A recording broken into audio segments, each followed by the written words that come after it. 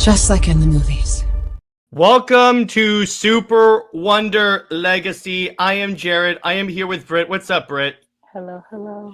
And today we are discussing. So, one of the things that we're going to do is we are going to build an all-female Justice League. Hey, what's up, Cameron? And there's a lot of different ways we're going to do this. So, we're going to make an all-female Justice League, and we're going to make a general Justice League. So, let me pull up the PowerPoints, but oh boy, has it been a week, Britt. Has it been a week? Yes, it has. Like, oh, good Lord. That there's whether or not it's like something with the fandom or it's like the hashtag campaign picking up, it's a lot. It's a lot. So let's, okay. So hang on. For some reason, the thing is glitching out again. Okay, here we go. I got it. Okay. All female Justice. But can I say what you want about the Clunrad book? That cover of Diana is freaking awesome. Wait, that's from Clunrad or is it from? Yes, it is. Oh. The Wonder Woman thing is from Clunrad. Oh, okay. I love the light. It looks like a real person. Yeah. So that's why I really like that. So a little background. There is such a thing as an all-female Justice League, as I was explaining to Britt. So I have this book that's like the entire history of the Justice League. And what this says is, after alien invaders alter the memories of everyone on Earth, the Justice League was forgotten, even by the League themselves. However, each League member remained vaguely aware of the team that they were once a part of, and thus created their own version of the Justice League. The goal of the Justice League of Amazons was to protect and defend Mother Earth and her children. Led by Wonder Woman, members included Supergirl, Huntress, Big Barda, Zatanna, and Black Orchid. So, wow. There was an all-female Justice League. Now I want to read that, and now that really should be a thing. I mean, with I would just add Vixen to that lineup, but overall, Oh yeah, you need to. She's yeah. awesome. And what's up, Barry? Barry says, so safe to say Black Canary, Zatanna, and Diana are going to be the Trinity. Maybe. We'll see. So one of the things that I did, I may have tipped my female Justice League in one direction. You'll see when we get there. But anyway. So, Britt, let's start with your league. All right. So, of course, Diana is going to be the leader. Mine consists of Supergirl, Kara, Jessica Cruz as Green Lantern. Yes, my lady. Mira, of course. Starfire, Batwoman, Zatanna, Black Canary, Hawkgirl, Kendra. I don't. Okay, so I will have to really read up a little bit on Kendra and Shira. I know they're two different characters, but it seems like Kendra is the one that has like the more respectful history, I'm guessing. Don't be so sure. They gave her a mini series at the beginning of DC and destroyed it. Wait a minute. Not that one. I'm talking about like before that miniseries. Okay. I love how it was like, not that one. Yeah. And of course, Vixen. So why I chose this lineup, Kara, I would think that she sees Diana as like her mentor, like an aunt or something. Mm-hmm. So she's basically under Diana's wing in a sense, and training her. And we've seen that in Batman and Superman and Batman Apocalypse. We've also seen that in Justice League Action, how Diana was training Kara. Mm-hmm. And then we have Jessica Cruz. I would say, my lady, you know, she is a character that needs more attention, especially with her background facing anxiety, you know, and what the Green Lantern, being a Green Lantern means, that she still has that power of will. And so, and being able to fight. So her story really stands out. Mira, of course, she's the queen. I mean, come on. Yeah. Having Diana and Mira, I love their interactions already as Platonic. We need to be clear on that. oh my God. Yes, platonic. They are sisters. They are best friends. Um, and then Starfire. I love Starfire, not the Teen Titans '03 cartoon version, the one that or Teen Titans Go, the one that's kind of like a, a bit of an airhead, not that one. I mean Oh the yeah. one that's actually in the comics that is very much a leader, a warrior. She owns, the tragic her tragic backstory and everything So like you that. mean the one from the animated films? Well, she had a little bit of maturity. I would say she's okay.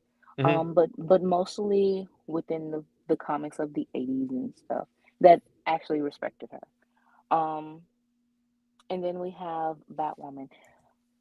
You do have to have, I would say, to just synchronize with the basically all corners of the families. So I would say Yeah. Batwoman. Then you'll Uh, get the Wonder Bad people, Brit. you would, but it's kind of like no, they are friends. For me, um, Well, here's the thing, Brit. With these people, there's no such thing as friendship. it's not. It's not. Plus, Then here's the thing. Kate is actually a really dope character. right. I don't know why they couldn't make. Well, it's the CW, so that It's the really CW, explains Brit. it. That's all you gotta know, That's Brit. really that is. And then we have Zatanna, of course. She is So magical. right, but having that again, that friendship with Diana and how they, I did see a panel where Zatanna had to, I think she erased Bruce's memory, Yeah, okay. but So what happened with that is that that was during a storyline called Identity Crisis. And what happened with that is they discovered that Elastic Man's wife has been murdered. So immediately, first thing they detect is they suspect is Dr. Light, the male, because what they had discussed, what they kind of retconned in is that what the League was doing is having Zatanna wipe the Velen's minds, because what they discovered is Dr. Light snuck onto the Watchtower and R-worded Sue Dibney. right. And so what happened is that Batman walks in right as they're wiping Dr. Light's memories, and he goes, "The hell are you guys doing?" And then they wipe his memory. I love when Wally is told of this. He goes, "You don't do that to Batman."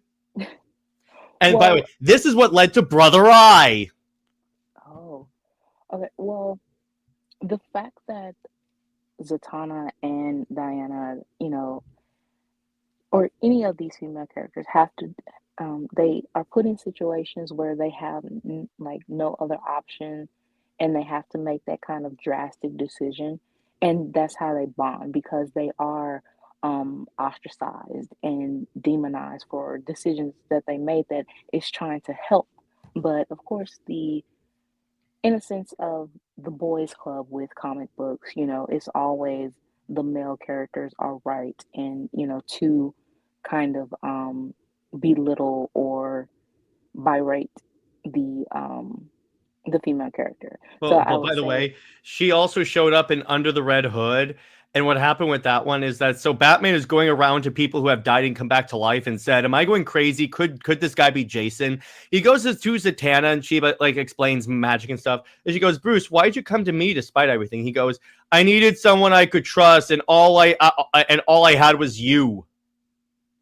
right, and their friendship, and if they were to kind of go a little bit with Zatanna and Bruce having a romantic type thing, it works, a little bit as something very, it'll be very on the surface though. I do like that they have that history of being friends, childhood friends, and Bruce growing up with her father, you know, Hmm. but yeah, if they had a romantic relationship, it works. So Exactly. also with Zatanna, she, of course, brings the magical elements and dealing with like the Justice League Dark. You Mm-hmm. know, you have a certain element with that too. Well, she was even on the JLD with Diana. Exactly. So with that, definitely keeping that relationship. Mm-hmm. So next is Black Canary. Black Canary is the even though Diana is the best fighter, combat fighter, Black Canary is that street level fighter. So you have Mm-hmm. her on that basis with Batwoman. You know, those two are more the street level, and I would say that Diana and Dinah have like this best friend thing, but it really came from Gail Simone, which Jid actually told me the truth of it is that she cared more or she missed Birds of Prey. So it was like, of course, writers they put what they prefer into the story, but they do But have there's no a way, Britt, that they would ever do that in a Wonder Woman book, right? But other than that, you did have post crisis where Diana did look up to Dinah. She and she was an inspiration for her. Then you have, unfortunately, Tom King have now it's switched where Diana is old as dirt and she's the inspiration for Dinah. But either way, the inspiration of sisterhood is there, so I'll take that. All right, wait. Um, You said his name, so Why did you say that name? oh my God. Now I have to figure out a still slightly respectful, but a name for that guy. it's simple. He who must not be named. Well, it's a lot of he who shall not be named. Oh, yeah. And whose fault is that? Hey, what's They up? Oh, themselves. so now I have Harley Quinn watching the show. All right, that works. I'll take it. So again, now we have a Hawk Girl, which again, Kendra, she when we get to, explaining the Hawks, I guess that's when I will do my deep dive and actually do a deep dive, not just a pinky toe in a water bottle cap research. Teladia, call him Voldemort. Oh my God. He is kind of like Voldemort, so you know what? That kind of works. Yeah, but I just think again with the more she's still in the sense of the mythical type section of DC, so she fits that role. And then lastly, we have Vixen, which of course is the representation of the prominent black female character. She's the first, and she has been leader or of the Justice League before. So Hmm. she's and honestly, Vixen needs more attention She and does. much more respect. Her power, I love the that she represents, the sort of the African type elements and stuff. So yeah, and being a supermodel, just that type of positiveness that you have with all these women of DC that deserve more respect. And they Did you all know that like so in the Meltzer run when she was on the Justice League, there was this cool scene where like they're establishing what the League is, and she's on the phone with like one of the Leaguers, and she goes, "Yeah, I vote for Black Canary." As she sits in her limo, a little girl comes up to her and says, "You're an inspiration." yeah, like basically all of the women on this Justice League, they fit a certain um vision of inspiration on different levels. You have the young Kara, you have Diana isn't that old though. She is not old as her. She is the same age, present day. She was born present day. Um, if anything, she would be new 52 age, I would say. So 23. Yeah. I would Yeah, I could not. see that. I do not want Now here's the Diana to be thing. old as that. By immortal, do you mean like okay? Is it okay if she's like born in the modern day but like doesn't age? Exactly. Okay, That's good. exactly Just how wanted to it is. clarify that Yeah, yeah. because Born modern age. that's kind of the same thing with Clark too. Exactly. They are born modern age, but they do age slowly or are immortal. I like that. So tell us about the mission statement of this league. Okay, so it's basically again, it's about, helping young girls be an inspiration, with their self-esteem, with their education and leadership. You have Diana, and that took inspiration from Sewell, how he had Hesha be a sensei. She taught the girls self-defense, but also Diana coming in and giving them, um, a little pep talk. So that is where also Diana's being an ambassador comes from too, and an educator. I want to establish, at least in my point of view, Diana should always have that role as an educator. And by the So way, Cameron asks, is Vixen a public hero? Yes, I believe she yes, is. so she's advocating for that and self-awareness, self-defense. I mean, you have Dinah and Diana um, with Amazon, actually Amazon training, you know, um, and combat with boxing and stuff like that from Dinah. Then you have environmental awareness, which is Vixen, Corey, and Kendra. So that is just them being eco-friendly, gardening and stuff like that. Just those types of things. Maybe it's a mission of dealing with poison ivy. Oh, and then Just Barry something like that. Allen also says, don't forget about mental wellness. I think it'd be a missed opportunity to not let Jessica Cruz do that. That is we're almost to that. Mm-hmm. So the magic and creativity, of course, is Zatanna. Um, you have and also well, I would say that educational wise, because of advanced like the Kryptonian um uh and culture type things, that would be Diana and Kara. And then lastly is the health and wellness, which is Jessica and Kara. So they are helping girls their ages. I would say that Carl is 21 and Yeah. Jessica, I honestly would peg her as 21 as well. It felt like that's how old she was, but I'm not quite She sure. kind of was. By the way, can I say one thing? If there's any character that's worthy of the name Superwoman, it's not Lois, it's frickin' Kara. She's not a girl anymore. Right.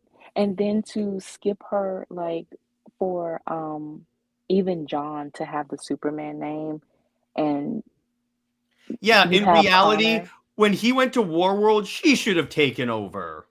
Yeah, and to have Connor still named Superboy and he's like 23.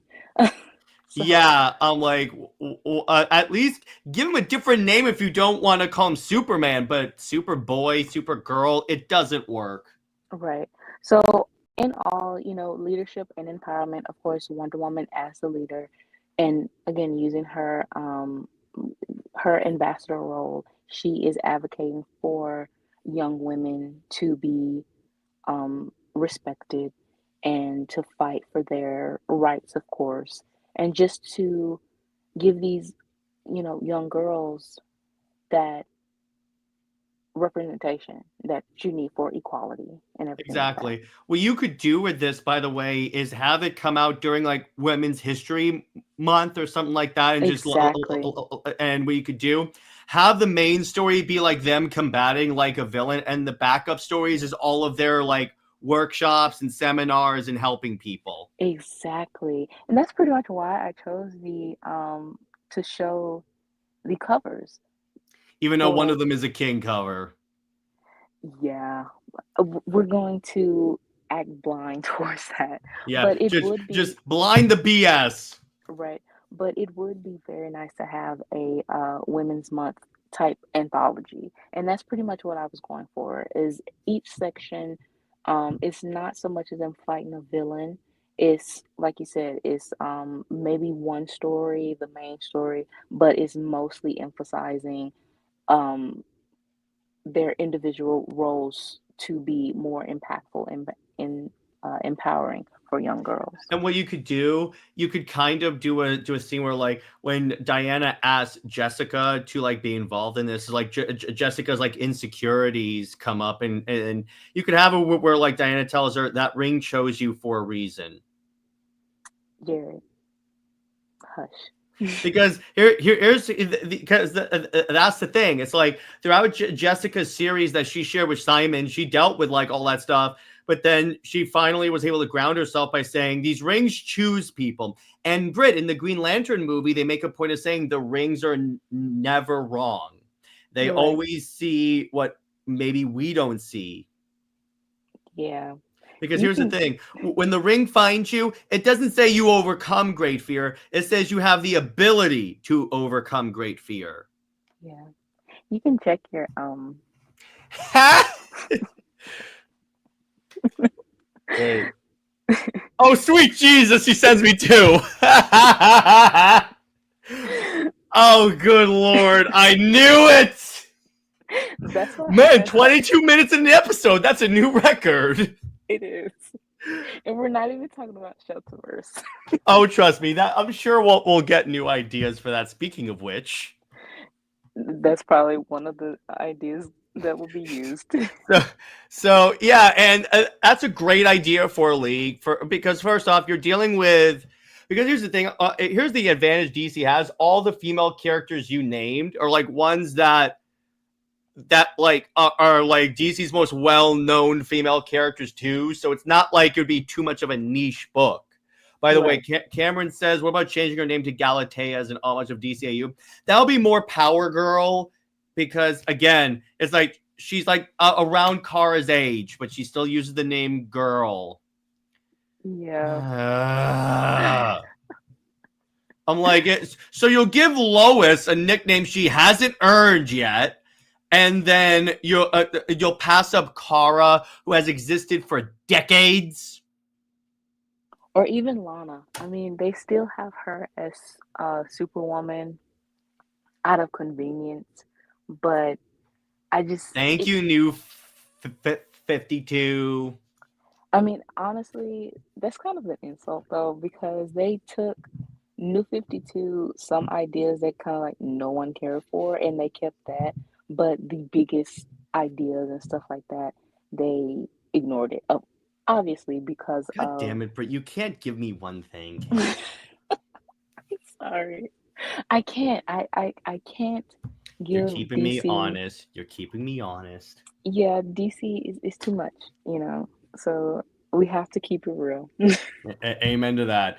So, Brit, tell me about your co-ed Justice League. Okay, so of course, this is inspired by Kingdom Come, and it's basically a little bit older, you know, of Clark and Diana being the leaders, and it's ushering in a mixture of the newer heroes, you know. So they are taking the role of mentors and kind of like if they're doing more otherworldly type missions, the veteran Justice QT League Comics, Lois is a villain. then the younger heroes will basically stay on Earth. And you have the mission of, it would be a cosmic mission, I would say, just to test their training. But they will have them partnering with veteran Justice Leaguers to see their strengths and weaknesses.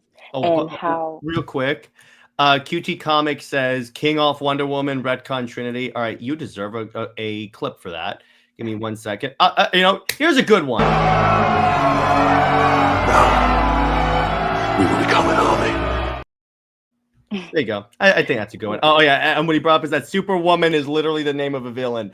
Oh yeah, that's true. That's evil Wonder Woman. So it's kind of funny. DC is digging themselves deeper into their own hole when they keep first off, they make the evil Wonder Woman Lois Lane. Right.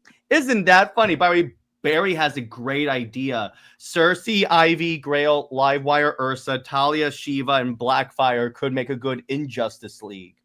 Oh, that would Talia, I would honestly, she is a gray in the gray area for me because she's not so much of a villain, but everyone else is pretty. What That is if pretty she good. gives funding to the group, but the group never tells them what they're actually, or never tells her what she's actually doing? And then when she finds out, she turns on them. She's kind of like a double agent or so. Yeah. That would be interesting, definitely. And what's up, Sean Franklin? And QT Comics says, Blackfire implies Teen Titans where they show up. Teen Titans, maybe. But anyway, so yeah, so I like, first off, I like how you structured this, by the way, how you have like the team, the leaders, then you have the veteran leaguers, which it's everyone that we typically expect. Hang on, if this will move. So we've got Batman, Flash, Green Lantern, Black Canary, Green Arrow, Vexen, and Martian Manhunter. And with the Green Lanterns, I would say that I would want Hal Jordan. John, I mean, the Green Lantern Corps is a corpse. Is it's a huge It's a unit. thing. It's a unit. So you can switch out here and there, but the main person as representative is Hal Jordan for me, at least with this team. I love how ever since that Green Lantern episode, you have become one of the biggest Hal Jordan fans. My mission is accomplished. Yes. Yeah. He is a very interesting character. So yeah, he has to be on the Justice So it's kind of funny. I was rewatching Justice League Throne of Atlantis, and when they have the scene where we first see Hal and he's like hitting on a woman, I'm like, okay, now I can see why Brit had that idea of Hal Jordan. Yes. I'm like, yeah, this makes a lot more sense. It also makes me kind of pissed off because I'm like, why are you making him a playboy? That's not Hal. Yeah, because every guy at some point has to act like Bruce Wayne or something like that. Yeah, because they're trying to turn them into. It's like how in the DC AU, all the female characters are like objectified. Someone challenged me on that, Brit, because I brought up on one of my other shows that I didn't like how like the show is constantly objectifying women, and someone said, "Oh, you prude! This is a show where I develop my crush on Black Canary," and I'm like, that's not a good thing.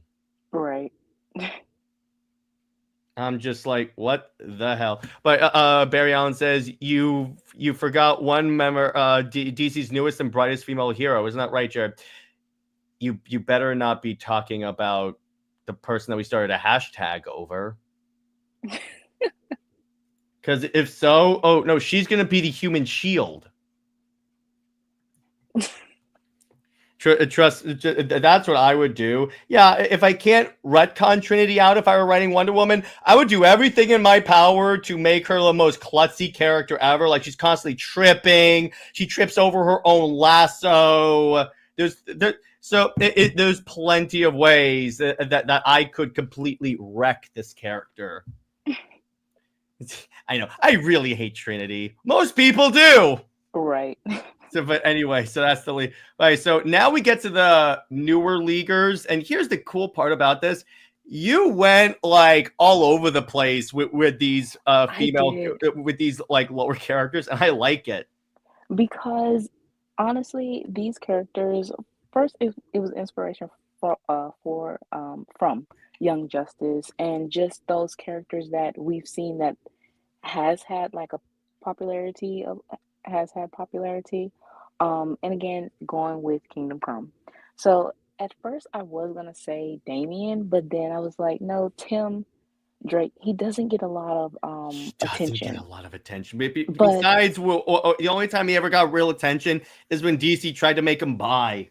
right. But with knowing his backstory of that he wanted to be Robin, that he wants to be a detective, that he wants to be that leader, you know. So I was like, yeah, give Tim that respect.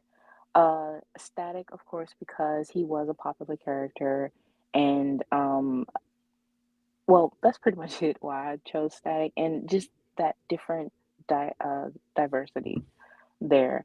Shazam, Billy. Okay, so Billy is still a teenager. Like, But by the way, did you know they gave him a new name? He's now known as the Captain. Captain. I'm like, Yeah, that's lame. it is. So with Billy, it's either he's like 14 or 16. So I'm kind of like, I really don't know how to place him, whether he is on the veteran Justice League or the newer, but I think that with him having that mentor type relationship with Clark and he sees Diana as a big sister, I would say, well, let's just change it up a little bit and have him as that 14 to 14, 16-year old, and he's new. Um, then you have Bart Allen, Impulse. So I like Impulse. He's cool. That's so Crash. yeah. The only thing I didn't have here is Connor, because I don't think Connor would want to actually be on the Justice League yet. Plus, here's the thing: I'm against every league. I'm against the league having two Kryptonians. Right. Because if you, it's the same reason why. Well, it's a similar reason why I was against in the Dawn of DC Action Comics when they had like a super family protecting Metropolis. I'm like, why are you reassembling the Justice League? You have one right there. Right. Um, and It's then also kind of why I'm very open when they don't have Martian Manhunter be a founding member, because yes, he's different and he has like the weakness to fire and stuff, but he's similar enough to Superman that like he's on that level. yeah, I mean they all give different. They have different roles and they give the diversity and everything like that. But yeah, sometimes when it's a little bit too similar, then it's kind of like, what's the point of the league when it's not showing, um, was it that diversity? And even with that's why we don't need big individual families either. The Bat No. family, I will say that they are, even if they're a bunch of Robins, they still have different backstories. Well, and Where, here's the thing, Britt, you could shoot them. It's not like with Superman, where if you shoot him with you shoot Superman, Kara, John, Connor, any of these people with real bullets, it just bounces off of them. Oh, the Flash family. You mean the people that can run at super speed and literally stop any crime? right? Why does Um, anyone try to commit crimes in these cities? yeah, and Metropolis isn't that big, so I'm not sure why you need like nine Kryptonians in One one is city. enough. Arguably, you started to push it when they added John, but still. Yeah, But by the way, when I also saw Stargirl on here, I was like, oh wow, she went really deep with that. yeah.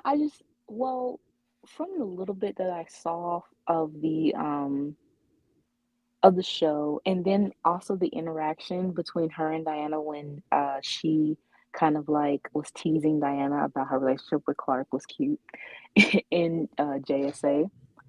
Oh So they yeah, kind of, that issue. yeah, so definitely she's going to be, I would see her as the one that's trying to be in the business of the veterans, you know.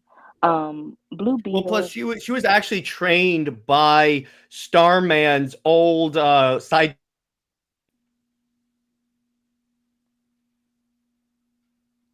Are you there, Britt?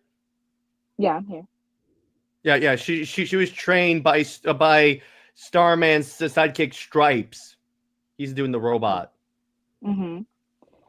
But anyway, so Aqualad, no, go ahead. okay. Aqualad, of course, is mentored by Aquaman. I would say that once Arthur, he's kind of like more into his royalty duties. Like he's balancing it all out, but he's more in tune with um Atlantis, so you would need Aqualad to kind of take over for him. Then yeah, that's it for my new leaguers.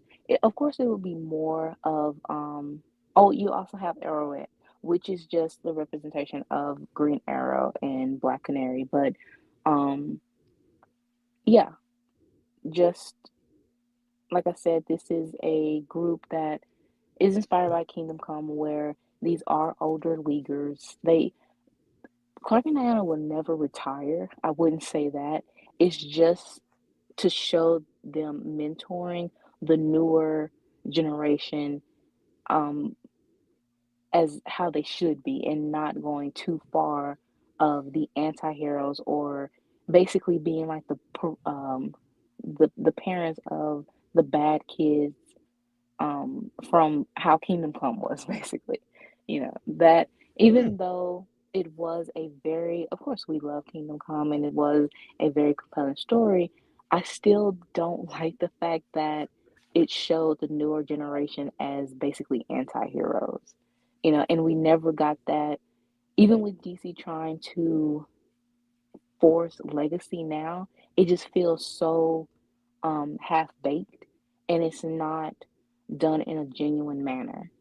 Well, plus remember, it's like one of the reasons why Mark Waid said he wrote Kingdom Come, is because he was like because that was around the time that that Image was like coming up, and then he goes, "No, you shouldn't want this," and I'm like, dude.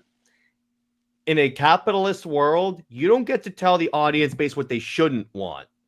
Right. That's the same thing as one of the he who shall not be named said that how we you see, that's why we need to find nicknames. Um we should only love the rebirth version of Superman. Oh, I know who you're talking about. Yeah, yeah. Yeah. Thank you. But yeah, exactly. It's like, no, you don't get to tell me what I shouldn't want. What you can do is tell me why I should want your thing more. You can do that, but don't say you shouldn't want this. And I'm like, you don't get to tell me what I can spend my cash on, bro. Yeah. That's not the way it works. So then we get to my league. All right. So my idea. So in the aftermath of what? Yes, I'm making this a sequel to Tom King's to Voldemort's Wonder Woman run. Oh my God. That actually has a nice ring to it. So anyway, the war against the Sovereign ends, and the world/country is very suspicious of the Amazons. So Diana creates a league made up of female characters, especially Amazons. Hey, what's up, Bell Rev? To sort of earn the public's trust back. The first woman she goes to is Artemis. And she goes to Artemis and says, listen, I know we've had our differences in the past. We've been rivals. We've been like, you've even been Wonder Woman at some point. But our people need us to set aside our differences. And then Diana, you can even have Artemis go, where were you when they were killing Amazons? And Diana goes, I was distracted. I like that. That's my way of I would put so many digs at the King I run know in this you. book. Oh my, and I would make it so subtle that the editor wouldn't catch it. And then later on, as I do like commentaries, I would say, that's where I was calling out Tom King. That's where I was calling out Tom King. This is where I say that the Sovereign's an old fart who stands a threat to literally no one. Yeah, I would tear it apart. But you know what Ethan Van Sciver did on X-Men? No. So he didn't like his editors, so he hid the word sex on every page. Oh my God. And then he leaked to, I think it was like Bleeding Cool or something like that there was the word sex, and he would like circle it. Wow. Needless to say, he got kicked off of X-Men at that point. No, actually, I think his editors were fired. But anyway, So that's the thing, because I thought about this, because if I'm doing a League of Amazons, because here's the thing, Artemis has been on a team before. She was with Jason Todd and Bizarro when they did the Dark Trinity. So she's experienced with that. You could kind of make it where like she softened a little bit after her experience with Jason and stuff. And it's the idea that like, because with this, it's essentially like,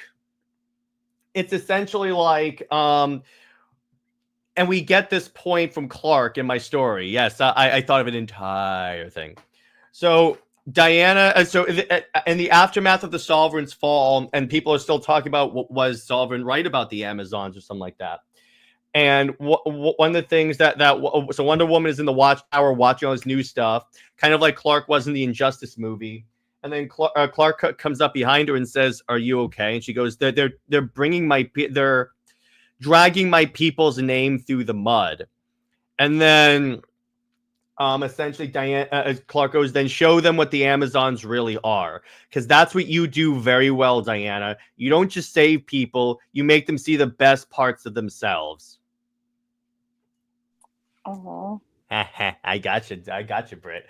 And yeah. so that's what inspires her. And then Diana and then Clark goes, "Who's your who's on your team?" First name she thinks of is Artemis. Plus, Diana goes to Artemis, "I the team because I know you'll check me if I lose track of our objective."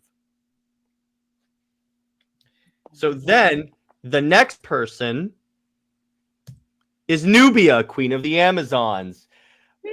And this is Nubia volunteers for it because her idea is that it will look good if the Queen of the Amazons, yes, I'm keeping her as queen. Screw you, Tom King. So she is the queen. And she goes, it'll look good if the Queen of the Amazons is also saving people on new Justice League. I thought about this from like a strategic reason. So already I have 3 Amazons on the league, counting Diana, because I figured for the story that I wanted to tell, half of this team has to be Amazons. And it totally makes sense. Yeah, exactly. Particularly following a crappy run that's a crime to comics. I'm never gonna stop dragging that stupid run through the mud. It needs to be drugged more. It needs to be thrown to shredders. What it needs to be thrown through. Right. So so then we get Dinah Lance / Black Canary. Now the thing I had the idea is because what you have is that you have stories where like this league will like save people, and like the cops will like willingly ignore the Amazons and like talk through Dinah, assuming that she's the leader of the league and not Wonder Woman. Because yes, you could have the Sovereign is like discredited. However, there's always going to be like a lingering suspicion. Oh, Barry Allen says, "Why so many Amazons? Diana, the human connection to ground her. Where's Steve Trevor at?" Oh, he's still dead. He stays dead, as a matter of fact. He is 6 feet in the ground, my friend.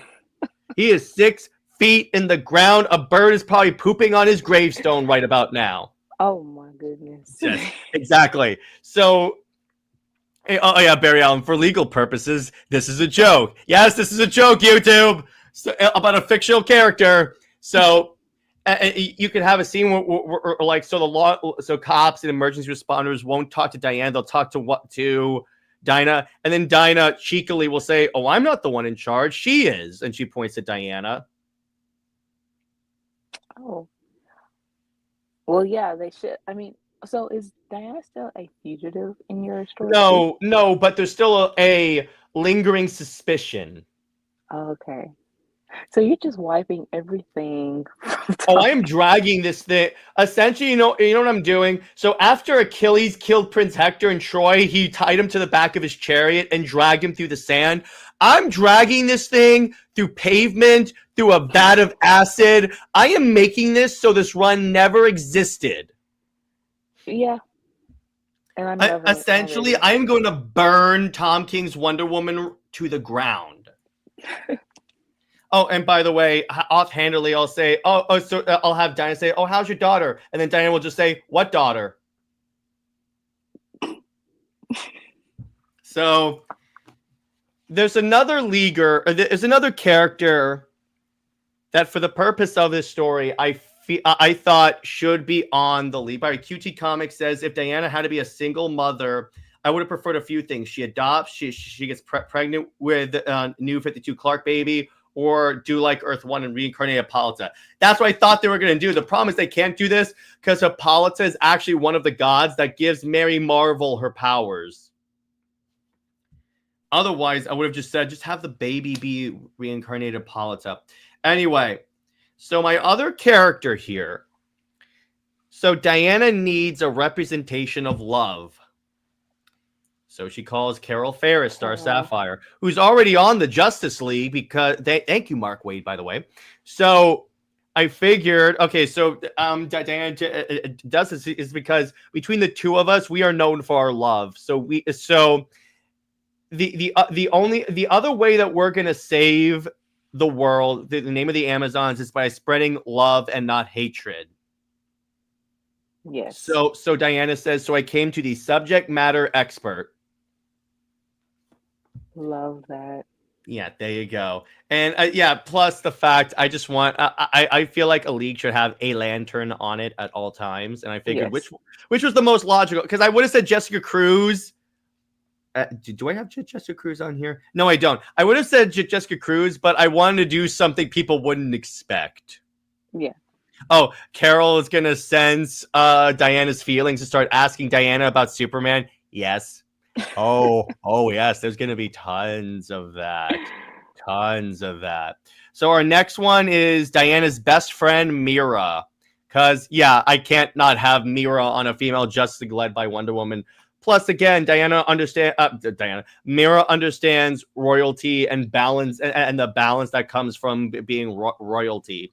Right. Plus, it's like that. Mira can also help like bring people water, because like you, my league is going to do a lot of outreach as well as crime fighting to help. And I'll bring this up later. One of the main objectives of this league is to rescue all the Amazons that were imprisoned.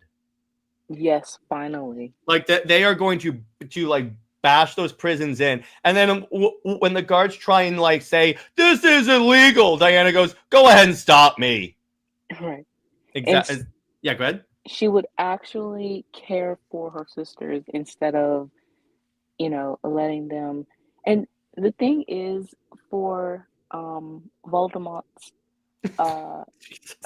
that's so much fun. Yeah, let's do this. Run. If it is, 52 days had passed since issue 14. And nothing has happened to the Amazons. Right. And then 17, has it been 7? The past issue was issue 17, right? The one that just came out? No, issue 17 is coming out in January. Oh, it's okay. So 16, my bad. So 16, it says that now a few months has passed. So we Brit, still nothing. You're assuming this run has some semblance of logic. Yeah, but the fact that Diana has not did anything for months for her sisters is kind of like, she hasn't done anything. Honestly, she shouldn't be banned. No, she should be banned from the mascara at this point. Because don't Bruce Timmett. Not like that, but it's just the fact that she put Steve as a priority. Like everything else was very slow. Well, it was Voldemort's, writing, but within the character and the story itself, she was moving like molasses, basically. And that's how people normally move in King's books. That's the thing. Yeah. But by the way, so I have a funny scene that would happen. They break into the prison with Artemis cutting a hole in the wall with her axe, and then Diana says, there was a door over there, and Artemis says, I felt the more direct route was appropriate. Or no, Artemis says, and now there's a door here. That is funny. Because I feel like Artemis would be a more aggressive version of Diana. But anyway, as you were saying.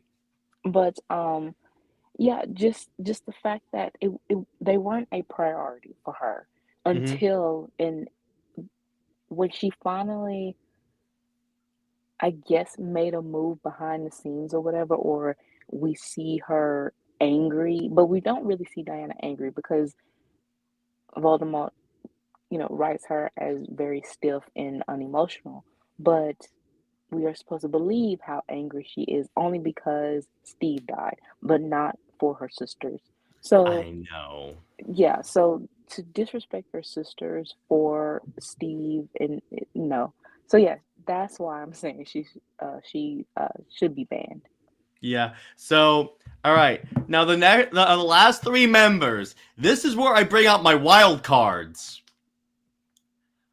Barbara Gordon Oracle, because I figured you'll need someone to go through computers and find the Amazons and find all those prisons. And if there's one person that can do that, it's Barbara Gordon. That makes sense. Plus, right, this is my Bat family representation. Yeah, you're right. We kind of have to have a Bat family member. Plus, she's not Batgirl because I liked her better as Oracle. As Batgirl, she's just a derivative character. Plus, you had other versions of Batgirl. Yes, I was hoping for Barbara. Thank you, Barry. I got you, buddy. Now, yeah, because it figures, plus she understands like suffering. And we could say that like throughout the entire Wonder Woman run, I would retcon that she was gathering intelligence on the Sovereign the entire time. Like she knew the Sovereign existed. She was just trying to get the intelligence in there so that she could expose them. We can even improve King's writing by saying that Barbara also helped Clark get information. Because I figured, because here's the thing. This is the other reason why I made this group mostly Amazons. Because to undo the damage of the Sovereign, it needs to be Amazons doing it. Right. It just needs to be. And even beyond that, it needs to be women doing it. That's why I put the Sovereign stuff in the beginning of my slideshow, because that way, because again, it gives me more opportunity to dunk on King. It would have been interesting. Oh, that's a good idea, Barry. And it would have been interesting to see Black Canary become an honorary Amazon, get an Amazon outfit to wear for a while. I know! But anyway, so go on, Brit. But also, it goes back to what Voldemort said about it's an Amazon problem. Okay, so why aren't the Amazons doing anything? Like we only saw they should Nubia be once. sailing boats to Man's World to fight. Yeah.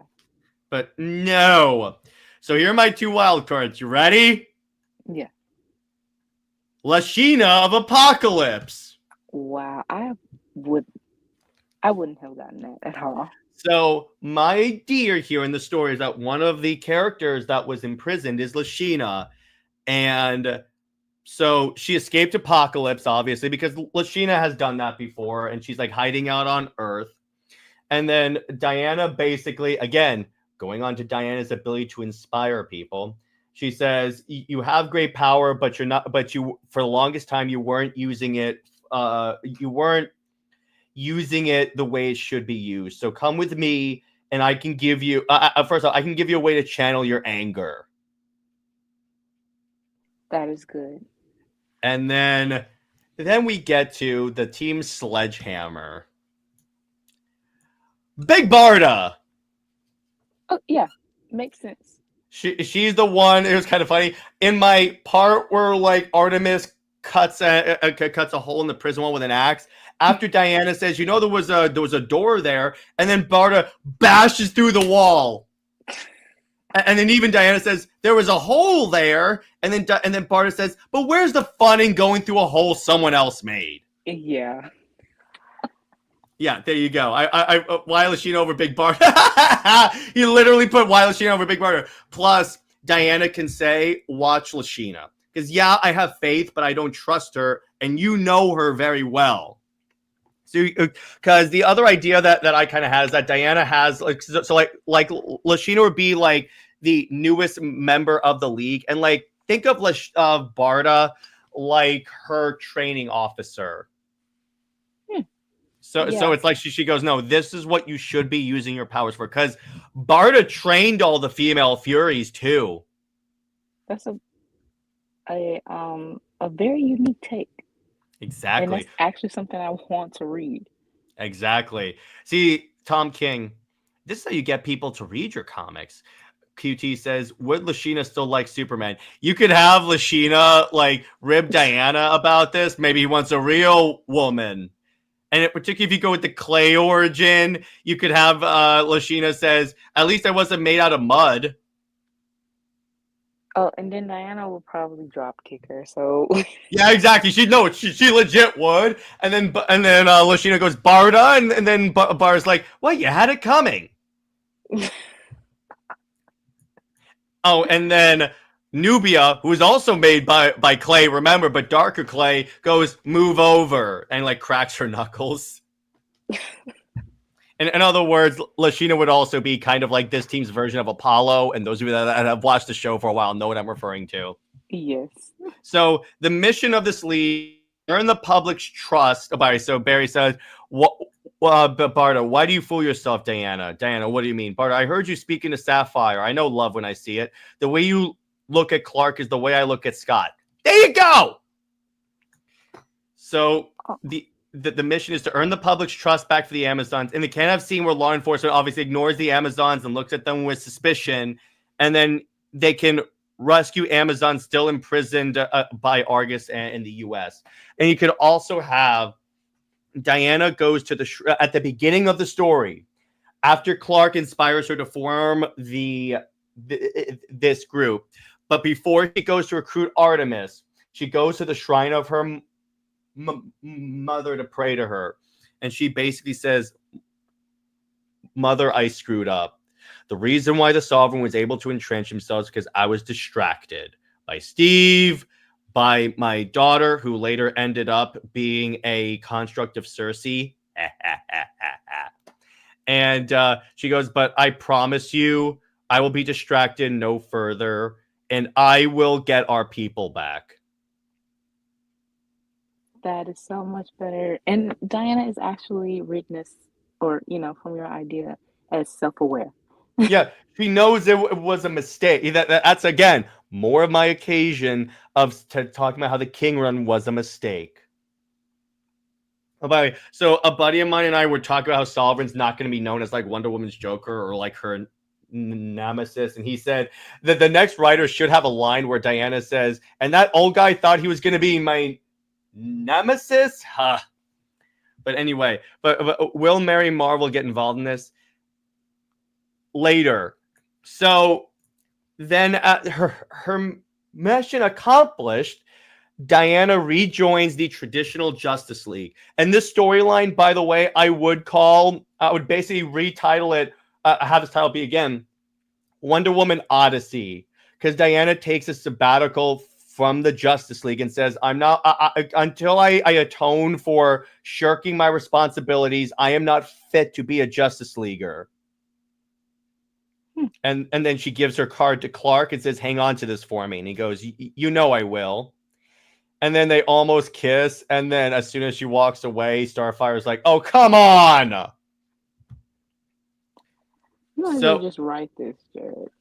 So my co-ed Justice League is part of this story. So at the end of Wonder Woman Odyssey, she comes back to the League. And this league is made up of certain very interesting characters. So Superman and Wonder Woman are the team leaders, obviously. Batman is more of tactical, and Batman also determines which members go on which missions because he has the tactical mind. He understands their powers. Mm-hmm. So Jessica Cruz, Green Lantern, there you go. Black Canary, Vixen, Flash, probably Barry or Wally. I have no preference. Hawkgirl, and Catwoman. And Batman has her on there. She goes, essentially, Batman asks Selena to join the League. And then Selena says, I am a crook. Why would I be on the Justice League? And then Bruce says, because I believe in second chances. Even Bruce is having a little soft moments. Oh my gosh, Barry has such a better name. Justice League Amazons, Mission of Peace. That's way better than Wonder Woman Odyssey. I'm going to go with this one. Justice League Amazons, Mission of Peace. There you go. You did it. You did it. And that's what the arc will be called. But guess what I'm doing? This is going to be every other issue is going to be in the Wonder Woman issue. You're going to be wondering, Jared, what are the other issues going to be in? Sensation Comics, I'm bringing it back. Because Wonder Woman needs a Detective Comics title to explore her world. That's it. What about the Star Writers? I have no idea who that is. But yeah, so I figured, plus this is my excuse to have the couples be on the leagues. I believe Star Riders, think that was from the 80s. Oh, wait, I think you gave me, I think for one of our episodes, you had a cover of that on as a picture. I remember what that is. I don't know if they would be factored in. I don't know enough about them. So, like you, I had some reserve / new leaguers that are kind of younger, but also like a few experienced ones. So, number one is Mary Marvel. So we have that. That's their Shazam thing. Then we have Green Arrow, because he's kind of trying to make up for the league not trust. It's a league that doesn't trust him fully yet, so they put him on reserve. Doesn't trust him because of the whole Waller thing. Then you have Firestorm, a little bit more of the youthful energy. Nightwing, Maxima. Oh, wow. And Donna Troy. You really want to put, like, for your Justice League, have two of, like, rivals for Diana who are obsessed or something with Clark. Yeah, pretty much. Brit, that's called great conflict. And Donna Troy, because you know what I figured? It's time to elevate her character. She should be on a Justice League. That makes sense. Plus, it's like Diana's one like lifeline, because when Maxima is like annoying her about Clark, Donna can go, "Shut up." Plus, I like Donna. She's a really cool character, and plus, obviously, Donna would also be involved with Diana's like Justice League, Justice League Amazons and all that stuff, because again, Amazons. So that's the thing, because what I wanted to do with this league is, yes, I picked the obvious characters, but I also, like you, Brit, throw in some characters you would not expect, like Donna, Catwoman, Maxima. So, because I figured there are a lot of different characters from that perspective, because here's the thing. All of them are going to be inspired by Diana. In other words, Tom King, this is how you make people think Wonder Woman's awesome. Not by making her a depressed stay-at-home mom. Right. So you show the people, this is how she inspires people. And you see Maxima throughout the story. At the end of Max's time on the league, or like later on, Diana will like be like stuck on a planet with Maxima, and they have to like work out their differences. When they're rescued, if you will, Maxima comes up to Diana and says, "I may not have respected you in the past, but I will say, if there's one person that's worthy of the Kryptonians' love, that's not me, it's you." Jerry, you're so sappy. And by the way, this whole story culminates in Superman and Wonder Woman finally embracing how they feel about each other. Because, so, this is how I'm going to factor in Superwoman. Oh, I've been waiting for this. So, actually, you know what? I have to take off my hoodie real quick because it's really hot. So, all right. By the way, Wonder Woman hoodie directly from the DC shop. So, you know how, like, superpowers have been mixed up and confused? Mm-hmm. And you know how Lois has been really enjoying having her powers and using it for her own personal gain? Right. So they approach her to take the powers away because they're going to return them. Lois will not release the powers. And yeah, she's very selfish. At first, she fights like Mary Marvel, maybe like Jessica Cruz. Then when Clark shows up and Clark tells her to give up the powers, and she goes, "No, I won't go back to being me." And Superwoman becomes a Superman villain. Wow. She becomes blinded and drunk on power, which, let's be honest, that's a Lois Lane trait. So we can totally have the part where I think it was Sensation Comics. I want to say issue 28. Um or I think it's no, actually I think it's 40 and 41. But when Diana goes against Superwoman and how they were Superwoman was Yeah. basically taking shots at Diana and her relationship with Clark and calling her like she's tamed or whatever. And so Diana basically was shooting back at Superwoman and, saying how she's looser, I would say. Trust me. We do that scene. Diana wraps Superwoman the lasso and goes, "Lois, why are you doing this?" And then she goes, "Because it's essentially." Actually, you know what? No. Lois goes to Diana. You think he really loves you? He loves you because of your powers, and because you're like him. And then Diana says, "If you really think that, then you are not worthy of Clark." That is perfect. Yeah, And exactly.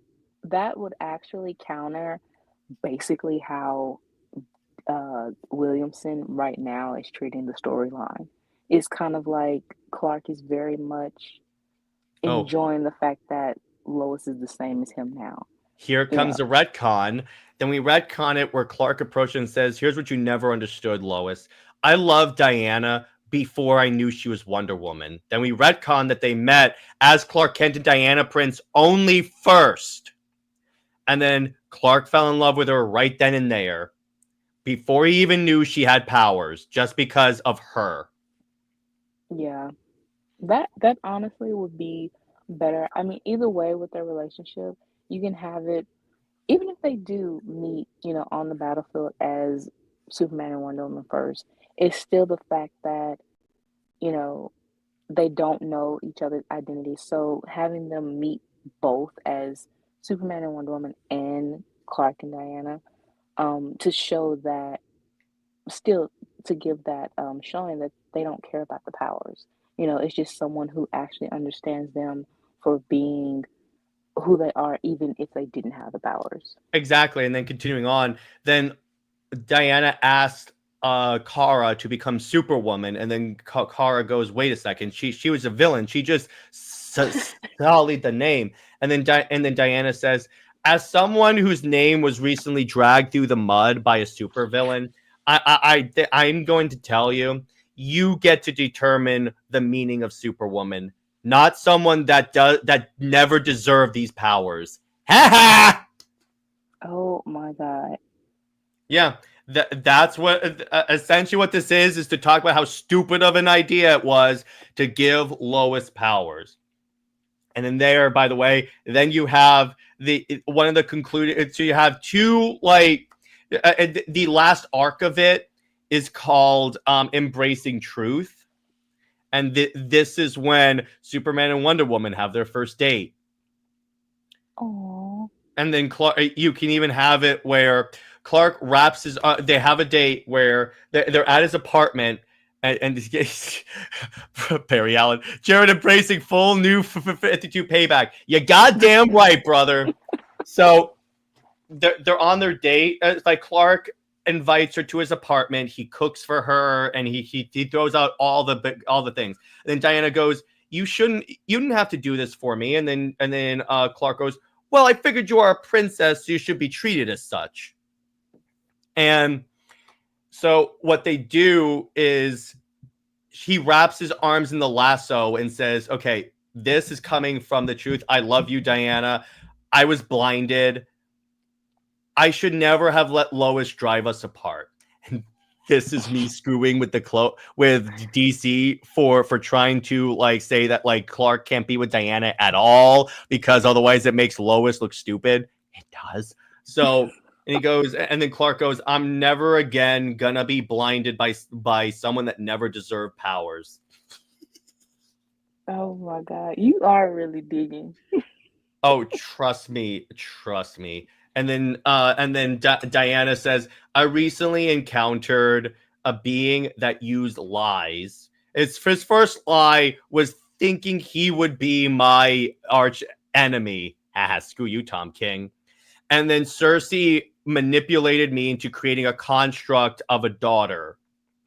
So then what you get is that Clark says, but the one thing that has always been true, the one guiding light through that entire experience, what kept me going was the fear of disappointing you. Aww. Essentially, Clark, she goes, you've always said that I inspire people to be a better version of themselves, but Cal, and she points to his S crest, which this means something. Even if it's on your world, it means something to me. See, this is why I send so many gifts, right? Yeah. I'm wondering, you're falling behind on the cat gifts. Oh, she got another one! I thought she did say, she was like, stop! Oh my god, this is great! She's literally like, stop! All caps! Oh god, and then Barry says, what about John? John is going to take some adjusting, but Diana says, I'm never going to try and replace your mother. And then Clark goes, it's okay. I always considered you a surrogate mom. You know what? That is payback for what they did with Hunter. Oh, and it's also payback for Jurgens trying to use John as a way of making SuperWonder never happen. Ha! I used it to make it happen. Exactly. And then Barry Allen says, I'm surprised Jared isn't just making a canon at this point that Lois gave Clark a love potion that's been keeping him captive all those years. I am now! That's what she did when she got the powers, because she knew eventually Clark would try and stop her, or like, so she tried to keep Clark like under her thumb, if you will. Yeah. And then Maxima goes, oh my gosh, is that what I'm like? And then Donna goes, a little bit, and then Maxima goes, oh my gosh, I've been wasting my life. And then Batman says, and people say, I have weird love interests. Yeah. At least everyone is basically self-aware. And then what you would have throughout the aftermath, then the last issue is called Embracing Change. No. This is what it's called. Justice League Rebirth. Wow, Jared, and you're then really digging. It concludes with the wedding of Superman and Wonder Woman. Wow. Clark proposes by taking her to the Lincoln Memorial, because this is still canon, and saying, this is where we first gave it a chance. This is where we first decided to be together. But Diana, I want to reframe how we think of this place. This is where we get our second chance. Jared. And then Diana just breaks down crying and says, because she knows what he's doing. And then Diana just says, before you say anything, yes. And then Clark holds up a ring that he's been hiding from Lois. That it's essentially what happened is that, so to explain the current canon, the way I think, and Brit, you can correct me on this, is that Clark and Diana dated in the past, but it didn't work out. So, unfortunately, that is what I got another crying cat emoji. So the idea I have here is that, so Clark was gonna propose to Diana. Yes, I'm using that from Tomasi, except I'm actually making it good. And when they broke up, he put the ring in a container and kept it at the fortress in a hidden compartment and never took it out. Of course, he would maybe take it out and look at it thinking what could have been. But then what would happen is, as soon as so he puts Lois in the Phantom Zone, he completely gets rid of her. And essentially he gives her to Bruce, and Bruce goes, oh, I've been preparing for this moment. I have prep time. And then Lois goes, I just got powers. And then Bruce goes, you really think I wouldn't have contingency plans in case you got powers? Oh my God. Yes, I'm using Tower of Babel now too. And then essentially Clark has a conversation with Jor-El and Laura in the fortress, and he goes, and then first off, Jor-El would say, I told you that wasn't going to work. And it was his marriage to Lois, and then Clark goes, Father, I wouldn't take you for the I told you so thing. And he goes, it's not really I told you so. Your mother and I just knew this was an eventuality. And then essentially Clark hits a switch. A pod comes up, kind of like in ZSJL when he's walking through the Kryptonian ship, and there is a suit for a female that has the Superman logo, but beneath it has the Wonder Woman W. It has Diana's arms. It even has the choker. Yes, I'm bringing back the new 52 choker.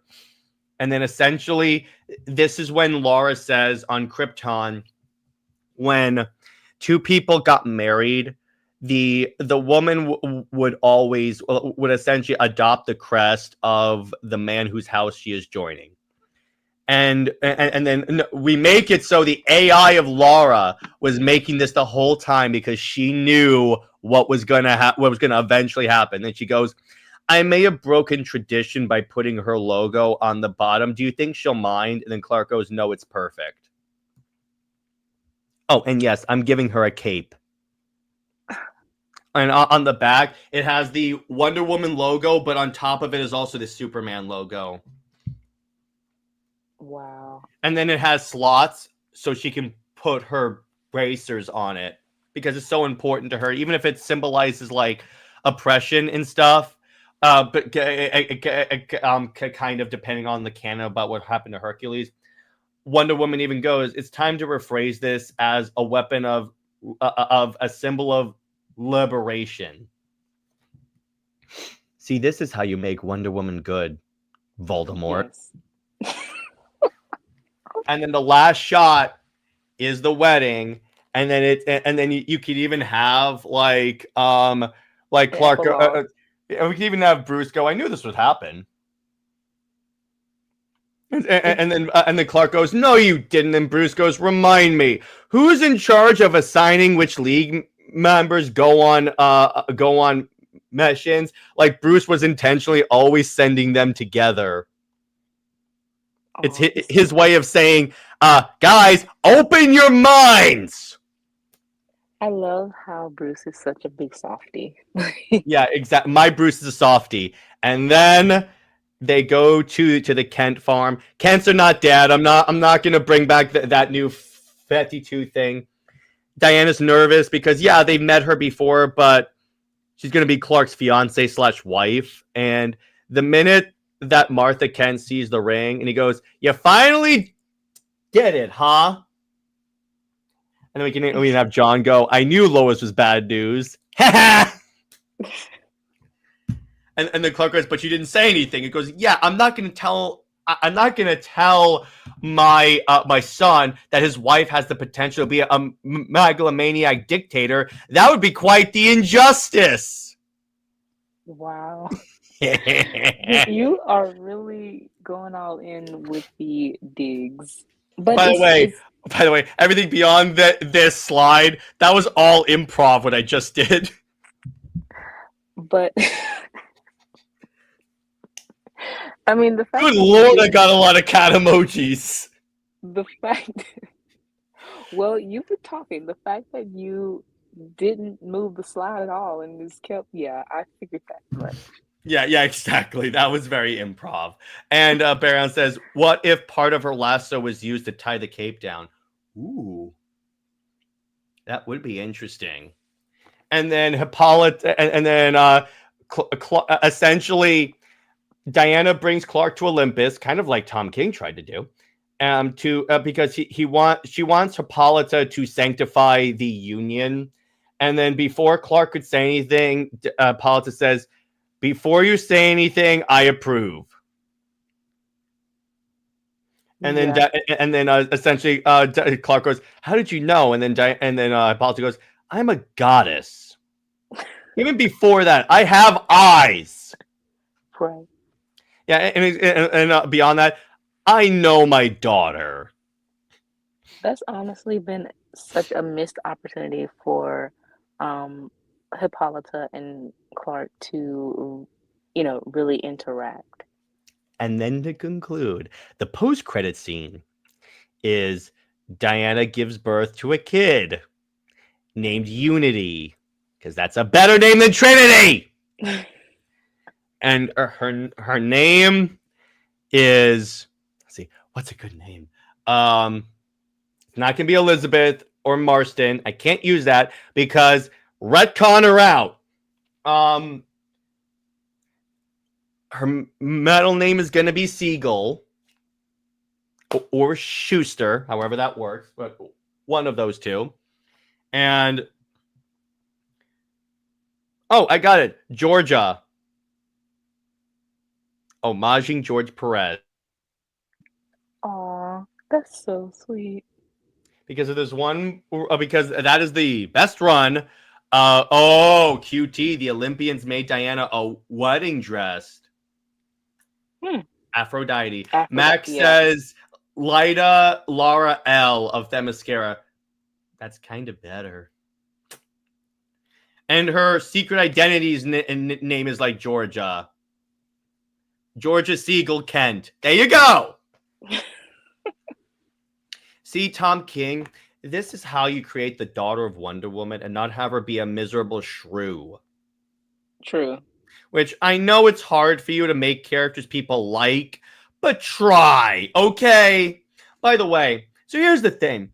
It's been very made clear to me or to people I've talked to King that he really doesn't want to write Wonder Woman. Then get off the freaking book! Give it to someone that wants it! You can't tell me there's no one at DC that wants to write Wonder Woman besides the dude that his idea of Wonder Woman is to have her be a depressed a-hole. Everyone is a depressed a-hole for Tom King. Speaking of which, so I did a thing. So I told Brit this. So I was at my LCS, and I needed this item, so it wasn't like I went in specifically for this reason, but I figured I'm going to make a joke of this. So I invented something. It's called... Hang on, I'm going to temporarily unshare my screen so I can make this larger. It's called the Box of Bullshit. So what this is...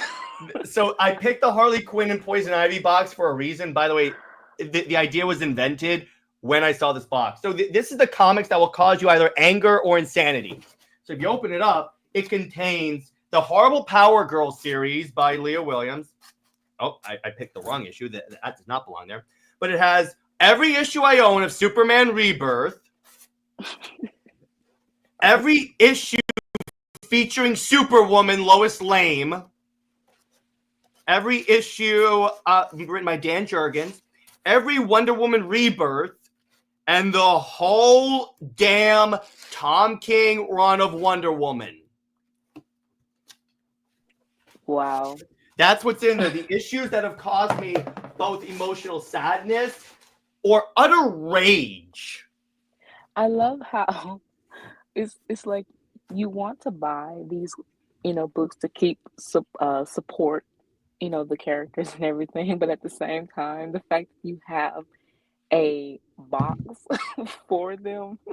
Oh, trust me, Britt, I've also made another decision. So if King does not do like something like have a character say, oh, this is like not from the Sovereign's perspective anymore. Oh, I can't believe you trusted the Sovereign story. If he does not have something like that in issue 19 or 20, I will be dropping the book permanently and starting the boycott King Wonder Woman hashtag. Yeah. And then as soon as the run ends, I will be selling the entire run. That's it. I will be selling my Tom King Wonder Woman issues back to my LCS or to like a different LCS because I don't want to screw them. And I'm going to go, here, take it. I don't want it. I don't want it in infesting my other comics with depression. QT says, King off Wonder Woman, Red Country, bring in unity. That's what I would do. I would totally I would so destroy. Essentially, you remember in Avengers: Infinity War when Spider-Man was turned to dust? That would be Trinity. Yeah. So, oh god. As you can tell, Brit, I'm a little salty. But here's the thing: so are you, because this was something that Brit and I wanted to add literally last moment. So, Brit, rant. All right. So the thing is, By the way, I picked that image for a reason. I'm sure you did. So what we're trying to do, and what this, show is about, is not just SuperWonder, but also Wonder Woman, to give her respect and to basically put out truthful, facts about the character, about her history. But it's hard to, advocate for respect for the character when her own fans don't respect her. And all they care about is shipping. Like I said, this show is about Superman and Wonder Woman as a couple, but also, and most importantly, it is about them individually and even their friendship too. But to continue on with Diana's, like, wanting her to be with Cheetah, and just that advocacy of her being in a toxic relationship, just because it's a woman, those kind of things, that doesn't really say anything for Diana as a character. Plus, here's the thing, Britt. Do you mind if I interject real quick? I just thought of this. So, whenever I see people say Diana paired with a man is lazy, I think pairing her with Amazons is, even ignoring the incestual nature of that, is even lazier. The fact that and by the way, Barry, as I have said, Barry said, I understand wanting to see Diana with a woman, but Cheetah, come on, the woman has literally tried to eat her in the King Run. Yeah, tried to murder her. And the thing is, Cheetah as a character, the only reason why she's sympathized with is because of how Rucka turned her into, like, she's the victim of the Cheetah curse. But in actuality, it was Barbara who tainted the Cheetah. So she's been the one that's the manipulator. She's the one that's the murderer and stuff like that. It's not the curse of the Cheetah. And they want Diana to play nurse, den mother, and and the therapist. And again, that is not her character. Yes, she is an educator. She is a character who shows compassion, and she tries to help people and give them the comfort. But she's not. But her comfort and her love is not to be romanticized in accepting that toxic nature. No. And you also have where Diana, in 2016, Wonder Woman was inducted to be the ambassador, I believe, of women, and for the United Nations. And she was stripped, like, within that week, of a few days, because women felt like her character was over sexualized. And it's kind of like, we know as fans, respectful fans, and knowing her purpose and, and the point of her creation, we know that's not true. And by the way, Barry Allen says, to your point, Britt, her entire dynamic with Silver Swan. Oh, you mean the one that Tom King completely misinterpreted as obsessive, like, lesbian love? Right. And I'm like, where are you getting this from? Right, that's the point. That's even with writers, they mess up her relationships. So you have where she is she's about liberation and being confident within yourself, being, even with your sensuality and your sexuality, you are basically free. But you don't need to overly sexualize it though, and that's what the fans do. They, want her to be in those uncomfortable like situations that real women would feel. And, they don't have respect for her. So how can we fight and campaign against Tom King's run, knowing how it had those same fans raging and not liking Steve, but yet they turn around and ship her just with anyone, and Anyone that has especially boobs, and I'm like, okay. So first off, they're going off of Rucka's really crappy explanation where he's like, "Oh yeah, she comes from an island of only women," and I'm like, first right, off, she leaves the island, right? Because she can't be happy. Second off, that's implying that literally everyone on the island is a lesbian, which based on like biology, that's not necessarily true. You could have asexual people, you could have straight people. There was a book, Brit, have you ever heard of the comic called Why the Last Man? yes, I have. So yes, in the comic, for those that don't know, everyone that has the XY chromosome like dies except for this one dude. He shows up at an all-female prison. Not all of them are in relationships, and then they basically say, "I'm going to censor myself because it is kind of like vulgar." But the woman says, "Just because we're all women doesn't mean we like doing stuff to women." Right.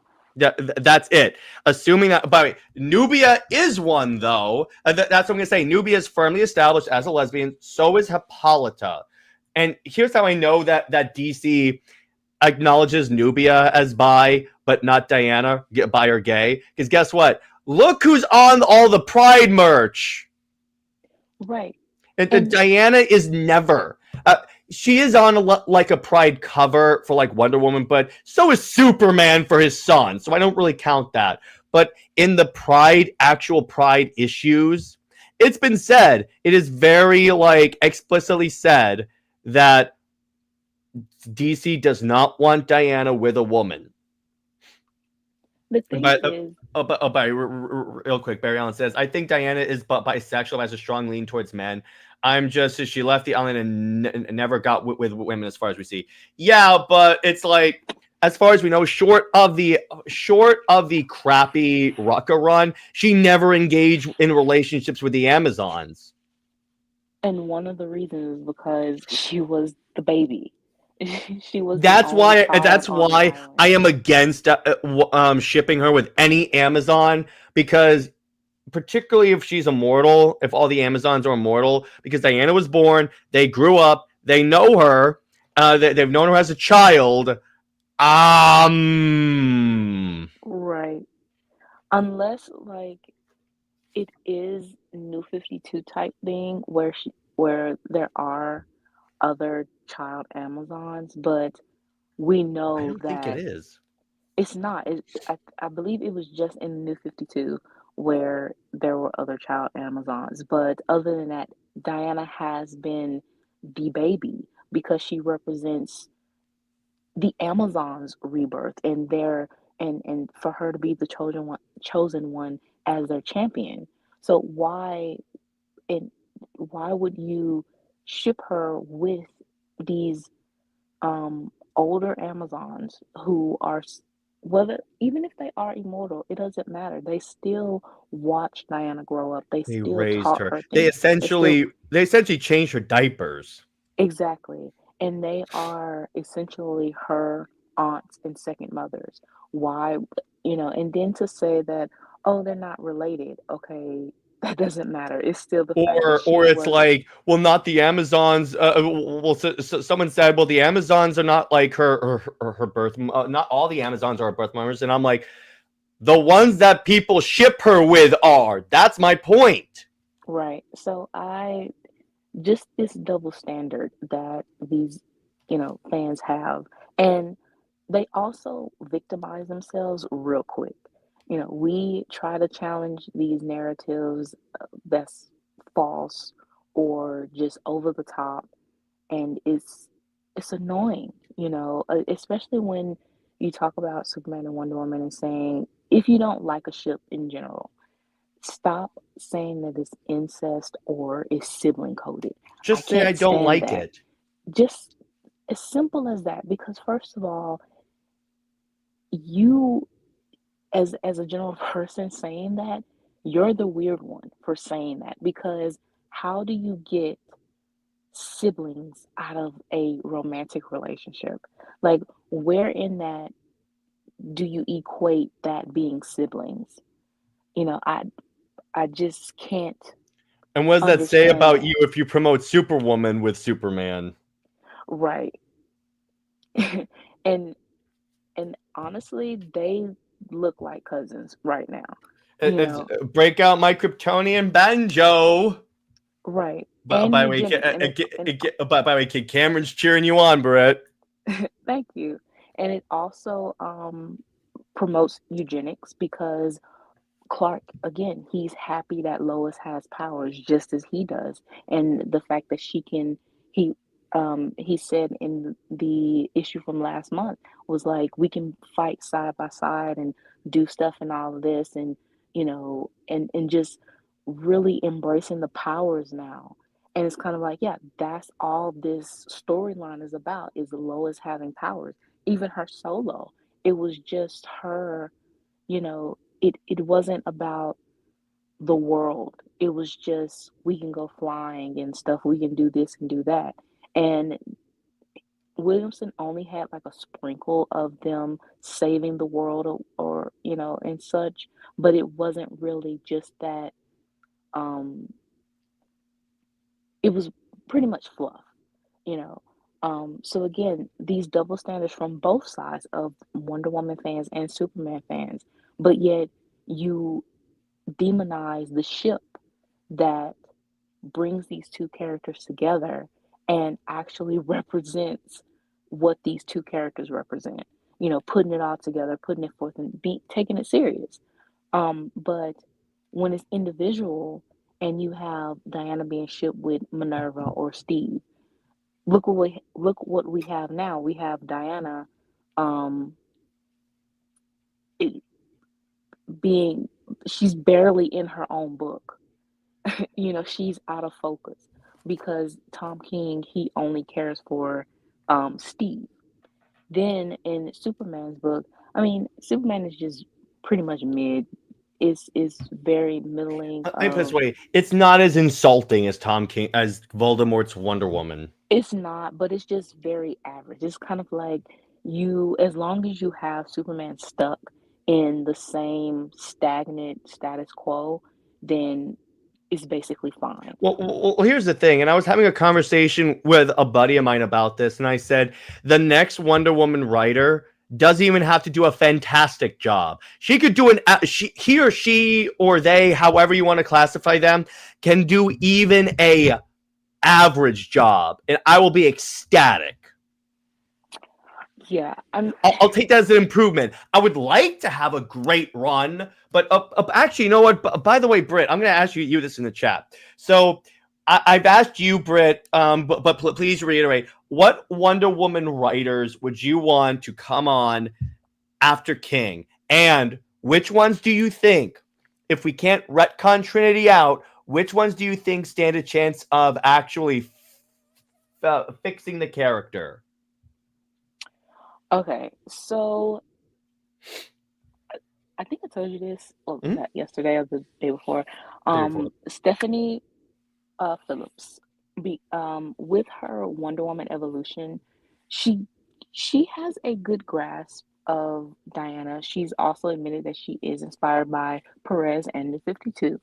So that's, sort of, um, she's on the right path. And I think that, uh, I think it was really the art that kind of held that story back, or the book back. Yeah, is that the one where like Diana has like her short hair and she looks kind of manly? Well, she doesn't have short hair. It's actually in a bun. Yeah, it looks a lot like she has short hair though. Yeah, but that that story and really the synopsis or premise of that book was that Diana, she's so she's more human basically, or because um yeah, she's more human than even Superman and Batman, that she is a representative for Earth.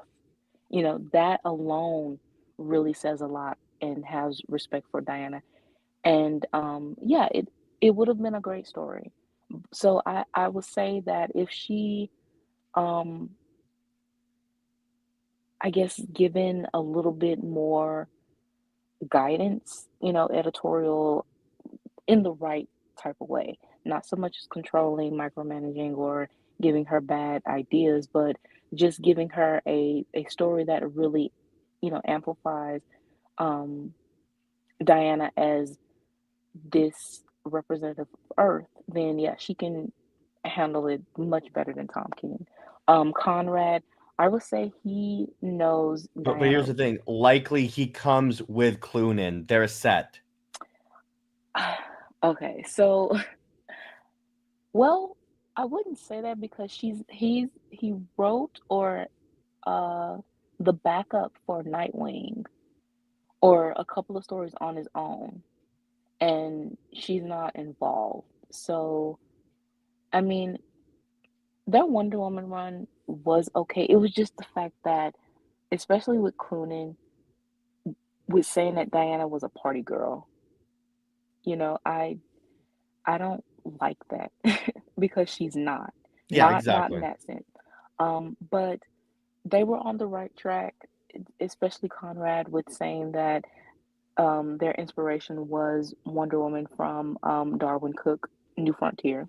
Hmm. Um, and Immortal Wonder Woman. You know, again, you're emphasizing on Diana's impact and the It was a way she great story. loves, yes, and the way she loves the world. You know, Oh, we by the need, way, I am going to buy all the trades for the Cloonan run and actually read it for myself because I want to see that bad. I mean, it wasn't really, it was just kind of like, It's not the best Wonder Woman run. Let me put it to that way. What I've read, it's not the best. I don't right, think it's the worst. Plus, I can see the scene of Clark of Wonder Woman going. I assure you, Clark knows how to get his hands dirty. hush. And then, of course, we have to have Sewell back And by the because, way, Charles Sewell said he's open to coming to DC if they offered. right. So especially because he had a Wonder Woman arc for Superman and Wonder Woman, and they cut his run short.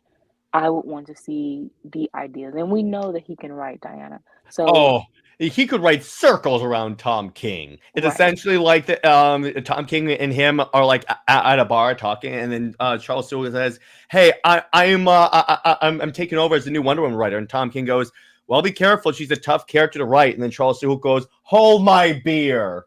right, something like that. Yeah, But yeah, he's pretty much my number one he is writer. mine too. Now, Britt, which writers would come on and do an even worse job than Tom King? Oh Lord, Tomasi. Um, I was and Jurgens. Any honestly, any Superman writer who has tried to write Diana in the past, or like, yeah, pretty much any Superman writer, because they have this inherited or you know, inherit like this, I wouldn't say hatred. Barry Allen, Zeb Wells. Zeb Wells is the guy that has been destroying the Spider-Man book, by the way, Britt. Oh, yeah, I see that discourse. But um I wouldn't say they have hatred. I don't know what it is. Well, it's intimidation for an actual strong female character, and they want to humble her in a sense.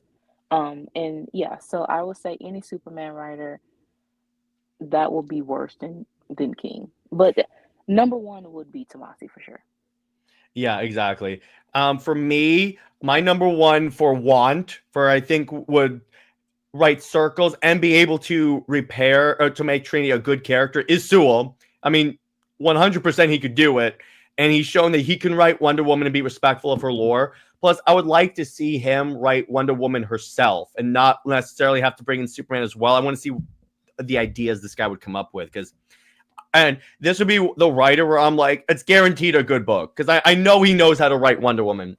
Secondly, would be Stephanie Phillips. I would say G. Willow Wilson because I know that she's a Trevor fan, but Brit, at this point, if all I have to worry about is Steve Trevor and not like Wonder Woman eating rats or punching her mom in the face, I'll take the Trevor stuff. I mean, that is honestly the lesser of evil. Yeah, Brit, compare it. Trevor or the other crap King has done. Yeah, eating a rat honestly draws the line. It definitely does. Yeah, why would you have a character say that? I'm like, what the hell? But for another writer, I think could have. Honestly, I would bite the bullet. Greg Rucka.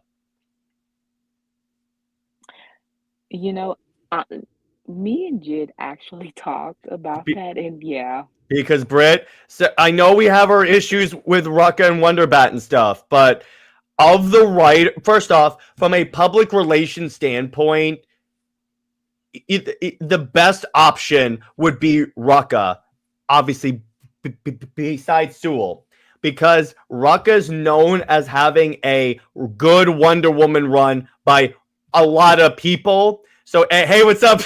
Speaking of the devil, Jid just showed up. What's up, brother? Just in time. I want Rucka. Yeah, honestly, yes. I have my issues with, pun intended, with Rucka. But again, like with G. Willow Wilson, at least when he wrote Wonder Woman, she was respected. Her world was respected. You saw the warrior and the, more peaceful person. You had the embassy.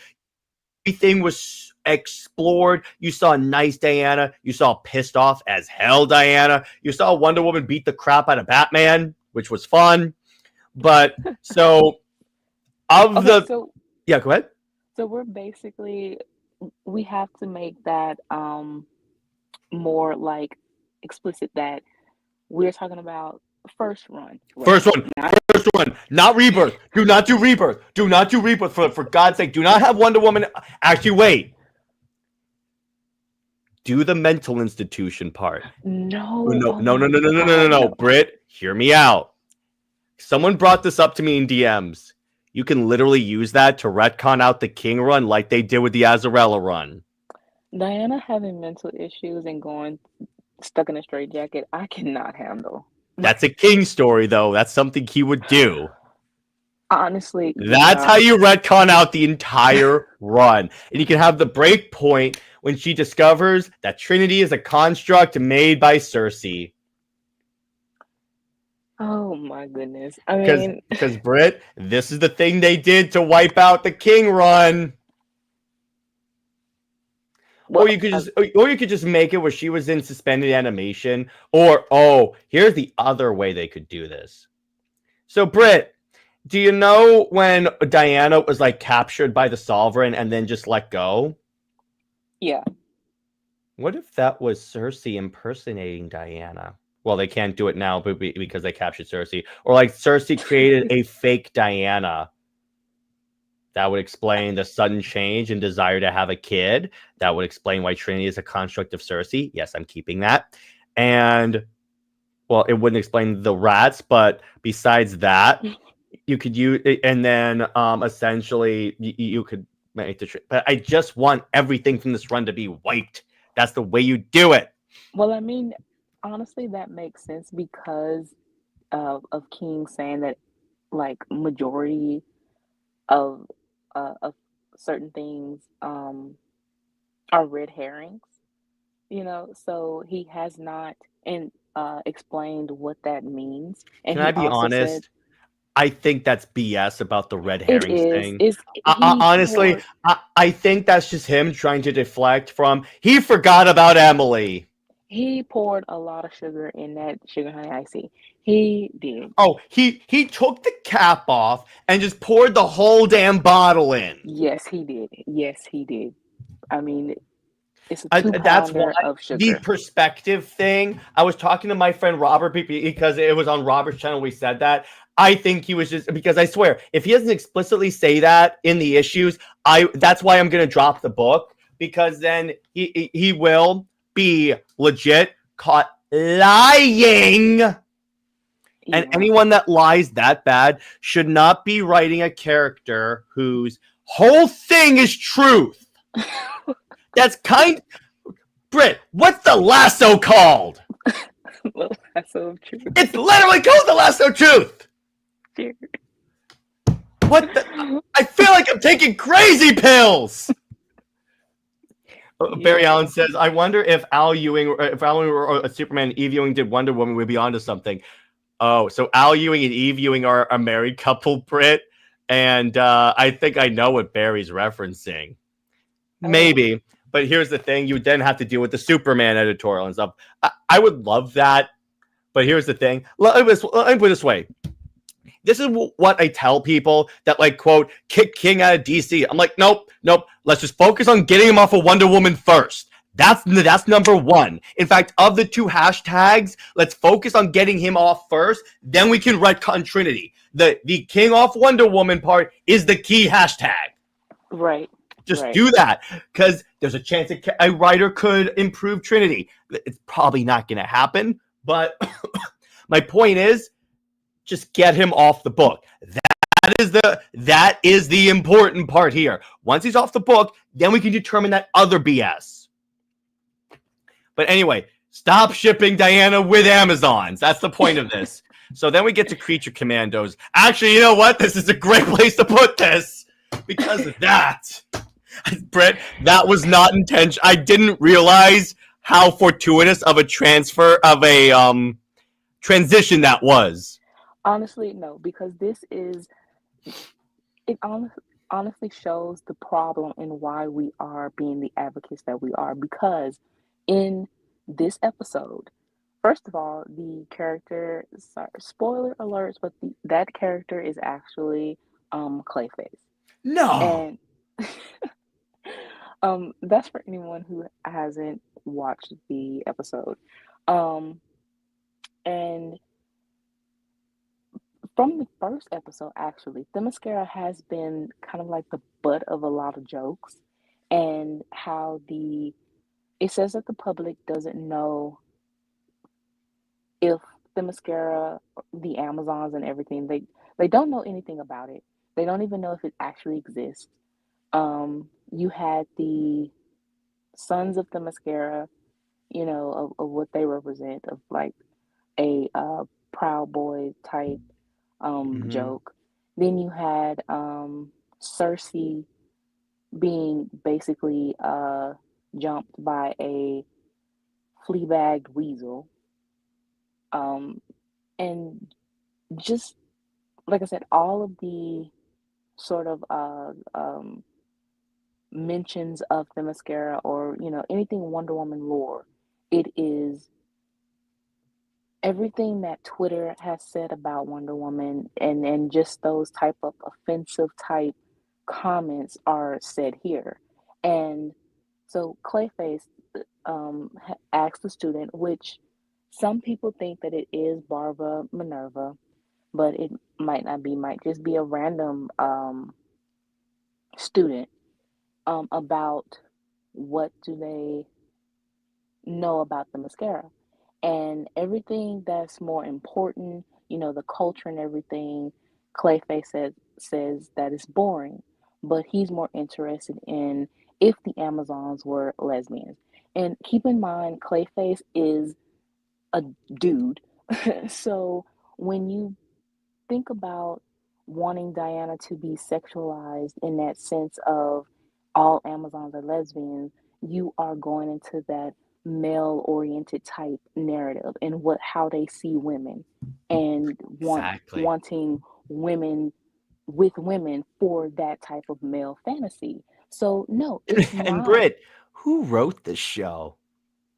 Yeah, Jane That is should shy. tell you all you gotta know about Right. respect for female characters. So when we are talking about stop it, you can ship what you want except for the very problematic underage and everything like that. You should know what not to ship. Like But Diana with Kara. I'm sorry, that doesn't work, even in an Elseworld story. right. But when you are shipping Diana with another woman, and the way, again, the sexualization of it, you have to be careful because you basically are no better than the weird fanboys that have a problem with Wonder Woman but love to sexualize her. You're just fueling that.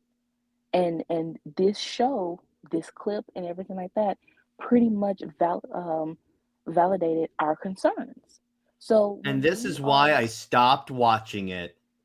Yeah, so when we are talking about Wonder Woman being with Cheetah, Wonder Woman being with anyone, even if it's not Clark, it doesn't matter because if Diana was treated bad being with Clark, we will talk about it. We And here's the thing. drag, If her relationship with Steve was well written, we probably would not be as down on Wonder Trev. By the way, so you know what's kind of funny? In his attempt to make people like Steve Trevor more, Voldemort has made me okay, so because of Voldemort, Steve Trevor has achieved Lois Lane levels of hatred. right. Well, I would say it was stacked pretty much because he was tolerable um as a Except boar. when he broke up with Wonder Woman because she wasn't giving him enough attention. Right. So it was levels to this. Like he was getting a lot of strikes. But um It wasn't anything as like, oh my gosh, I want to see you 6 feet in the ground. Fictional character, YouTube. but yeah, when you are just just the whole shipping thing with that is not what we want to emphasize on for her. And like I said, we drag Tomasi through the mud any chance we get because Diana was still a priority as sharing that book. That is her book too, and that is her story too. So to try to demonize her in her own book, 50% of, no, we were not going to accept that. As a shipper or whatever, there are things that you just should not accept. And it's especially when you are also fans of um two two characters that are from individual franchises. In when you're in their own mythos and stuff like that, like the traditional relationships. We see Chloe's fans all the time. They will hype up, gas up anything. Um, as long as Clark has this obsession with Lois, they don't care. They will gas up injustice to to the high heavens if they could. But we wouldn't do that because you are essentially throwing one or the other of the characters under the bus, and that is just not for me. I just don't advocate and I don't accept toxic relationships, even if it is fictional, because what characters mean and their purpose individually is supposed to be something still inspirational and healthy. So when you are, yeah, it's fiction, and these relationships or whatever are just the fans being whatever.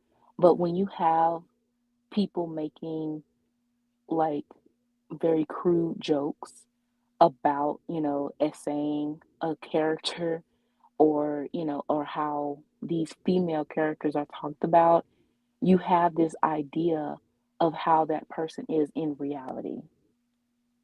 So it goes beyond the fiction and it blurs within reality. And that's just something that we have to challenge because a lot of the newer generations they pretty much are showing that they don't know the difference between fiction and reality. Yeah, exactly. So that and Luffy's here. What's up, brother?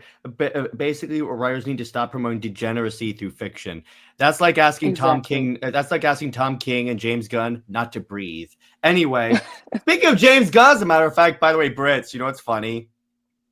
So, as you know, I just referenced Wonder Woman being in a mental institution, right? Yes. So when I was putting together the PowerPoint, and we talked about, and one of the things was like no movie for Wonder Woman. Look at the picture I used. Oh my I God. swear this was not intentional. But Honestly, yeah. But Barry Allen says Brit is me when people advocate for Harley and Ivy. Yeah, exactly. But anyway, so the DCU is a mess. First off, the Batman Part 2 got delayed again. I'm certain that movie's not going to come out. There's still no okay, DCU Wonder Woman, and the initial reviews for Superman ain't good. okay. So point by point. So Batman 2, so it seems that Reeves is dealing with a personal matter. So I would not like this again, how fans blur reality with this fictional, world, virtual, social media and stuff like that. These directors, writers do not owe anyone anything. So,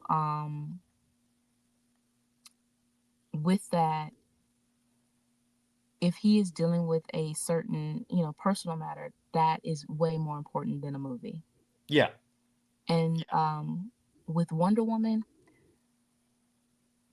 James Gunn canceled Wonder Woman 3 and he wants to start from scratch. But I would say that because Wonder Woman has so much momentum, you basically diluted that with having her non existent. And instead, he should have fast tracked her being cast along with Superman. Yeah, Then but with, yeah, but Britt, that would require James Gunn to have a good idea.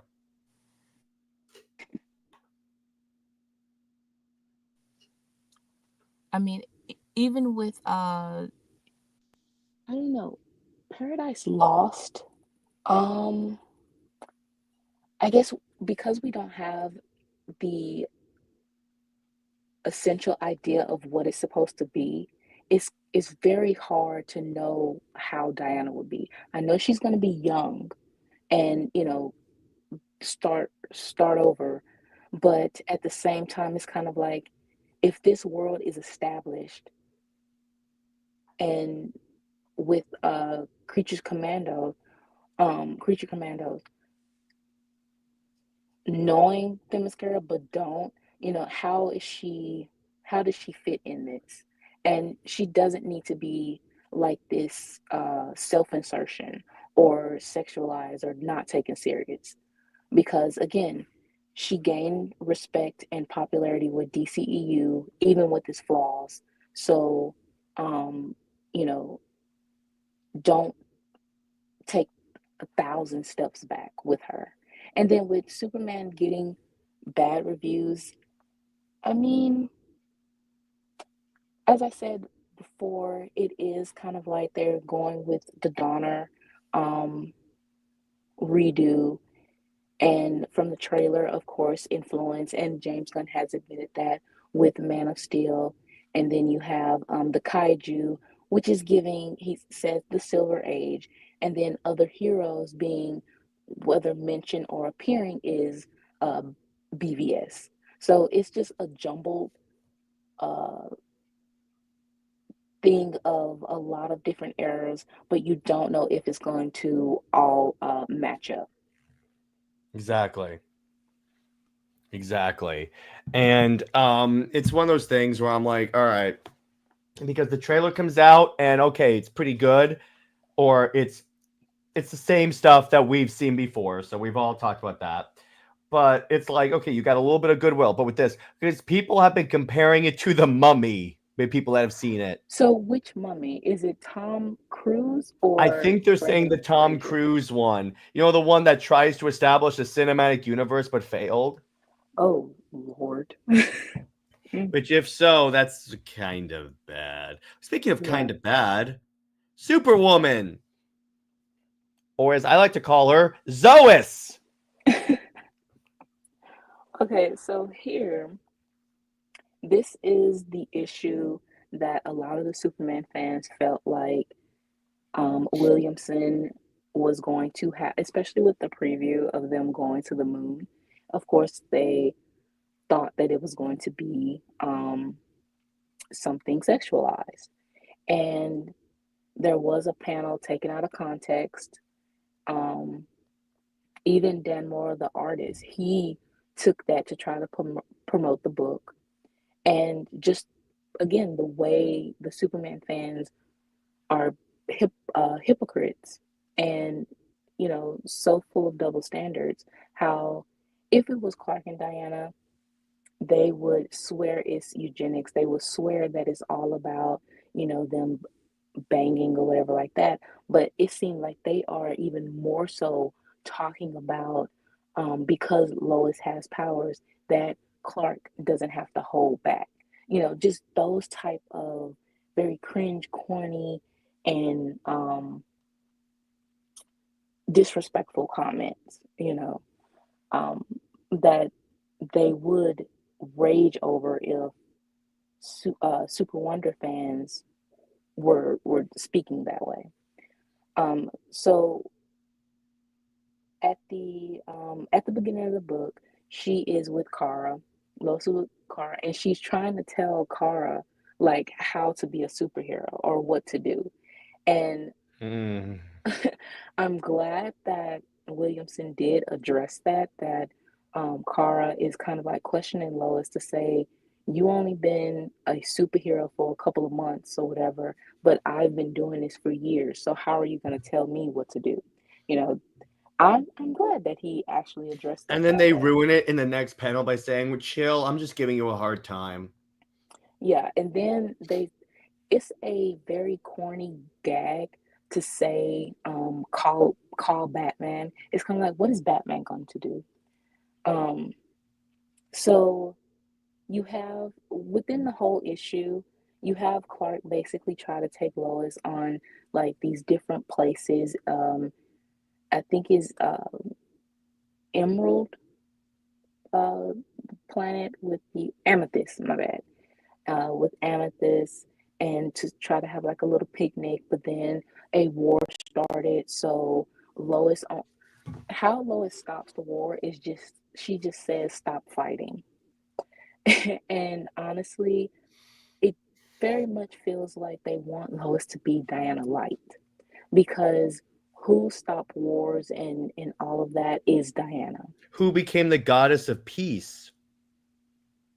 goddess of war and peace. Oh, yeah, that's Or true. I forgot about that. yeah, or the fact that Diana wanted to understand war to change it, to where that is all you have to say is just stop fighting. So that's what it feels like. It feels like some of the story beats here and throughout this whole thing, except Diana did take lead over Clark, but it feels like Williamson tried to capture Clark and Diana's relationship, especially within Power Couple, within the first volume of Superman and Wonder Woman Power Couple.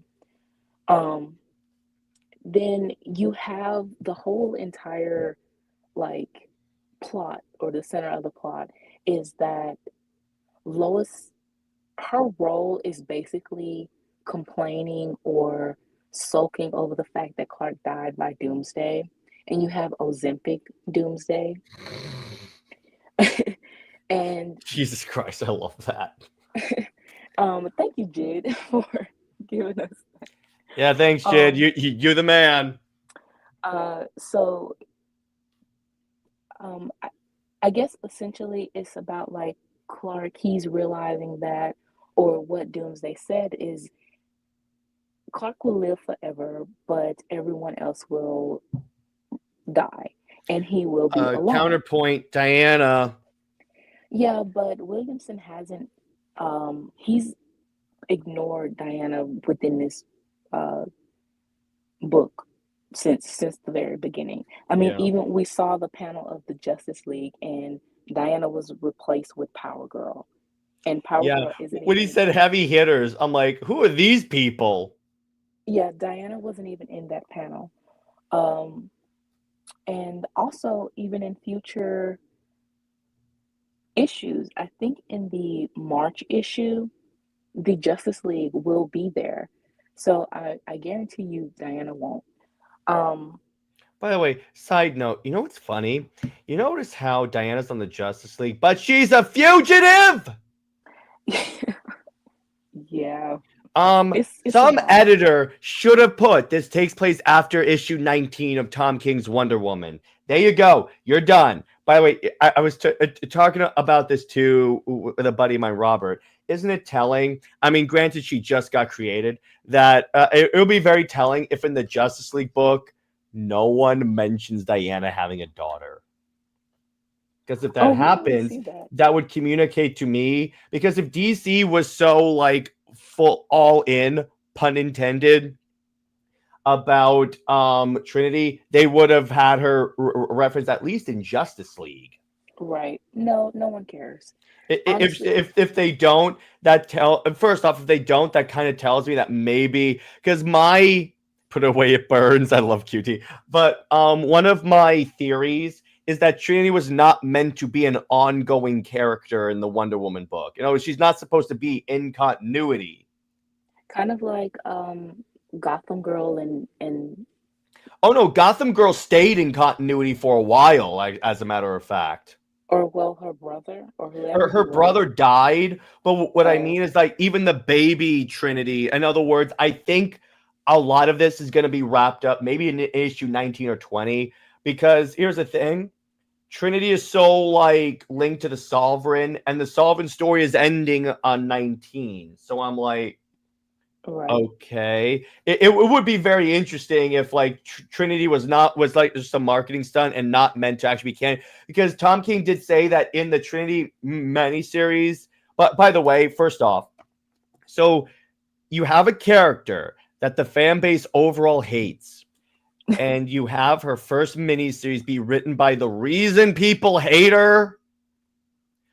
Yeah. So note two, you can't tell me that if that series royally flops among Tom King's series you can't tell me that DC is not going to take that as an indication that maybe the character is not as like wanted as people think.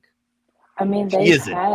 they've had specials for Trinity and they flopped so What my far. friend did So, bring up to me is that Tom King's like mini series do typically do well, but if this book because it's a sex issue series, so what he said is that they probably have issues 1 to 3 all good to go at the time. So he said typically what you want to look at to see if the series is like good is like flopped or survived is the last 3 issues of it.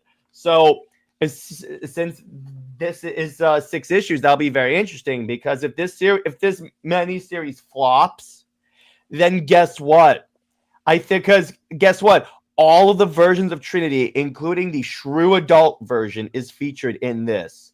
So I'm like, okay, if that's the version of Trinity, what are you doing? They could even bring in the baby version of Trinity and have the kids take the baby because he did say all versions of Trinity, the baby is included. right, but I mean, you can look at John's book as an example. You know, when Tom Taylor's first book of it, how John's book I think only debuted at like 65K. So But remember, counterpoint: Tom King is known for writing many series, though. yeah, but most of his miniseries, like you said, his, I guess his success goes into trades, but single issues, yeah, is flopping for sure. Well, here's the thing. Also, with Supergirl was a mini series, and that flopped up until it was announced that James Gunn was going to use it for a movie. Exactly, and that's pretty much Honestly, that's not fair because it was a flop for 2 years, and even if say it didn't take 2 years for it to get the attention, and it was down the line and say 10 years plus, but that book still did not sell. And Tom King, getting that book adapted only because James Gunn is a fan of Tom King and not essentially for the story itself. Yeah, that's not really fair, but it is what it is. Yeah, Um, exactly. But it's one of those things. But my point is like if this series flops, I think that'll at least give DC an indicator that maybe they have to change how the character is done, right. Well, or or get rid of the damn character. well, John has flopped, and they still try to keep him around. Here's why. Here's why I think that it kept John around. For all of his, you didn't see the universal like rejection for John that you saw for Trinity. Like even during his kid times, you still had a sustainable fan base for the character. At all stages of John's existence, he had fans. Trinity literally, except for like the backups, you literally have no other version of Trinity that people like. Which is only because of the Super Sons. Is Trinity's fan base, or whatever It's she because has, is because of people want the Super Sons book. That's what it is. right, right. But going back to this, so Clark has a wanting to have a serious conversation with Lois about how he's alone, and Lois basically has nothing to say because she doesn't understand still, even with powers, she does not understand his way of life and thinking.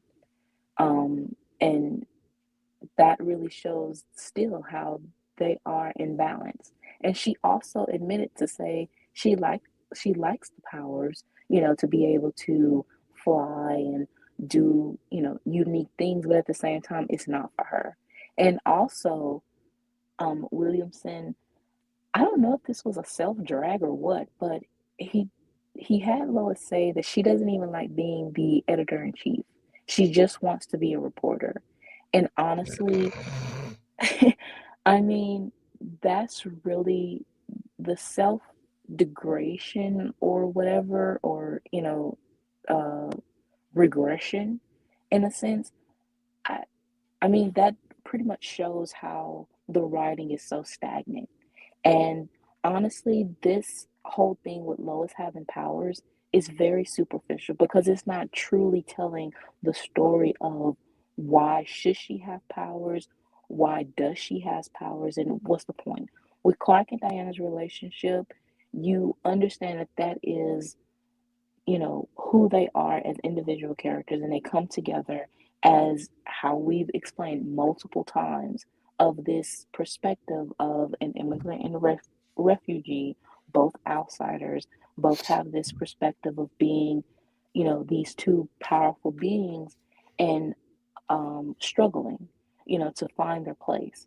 But Lois is very comfortable with who she is. And again, Williamson mentions this, saying that Lois just wants Clark to be the small town boy and she's the city girl.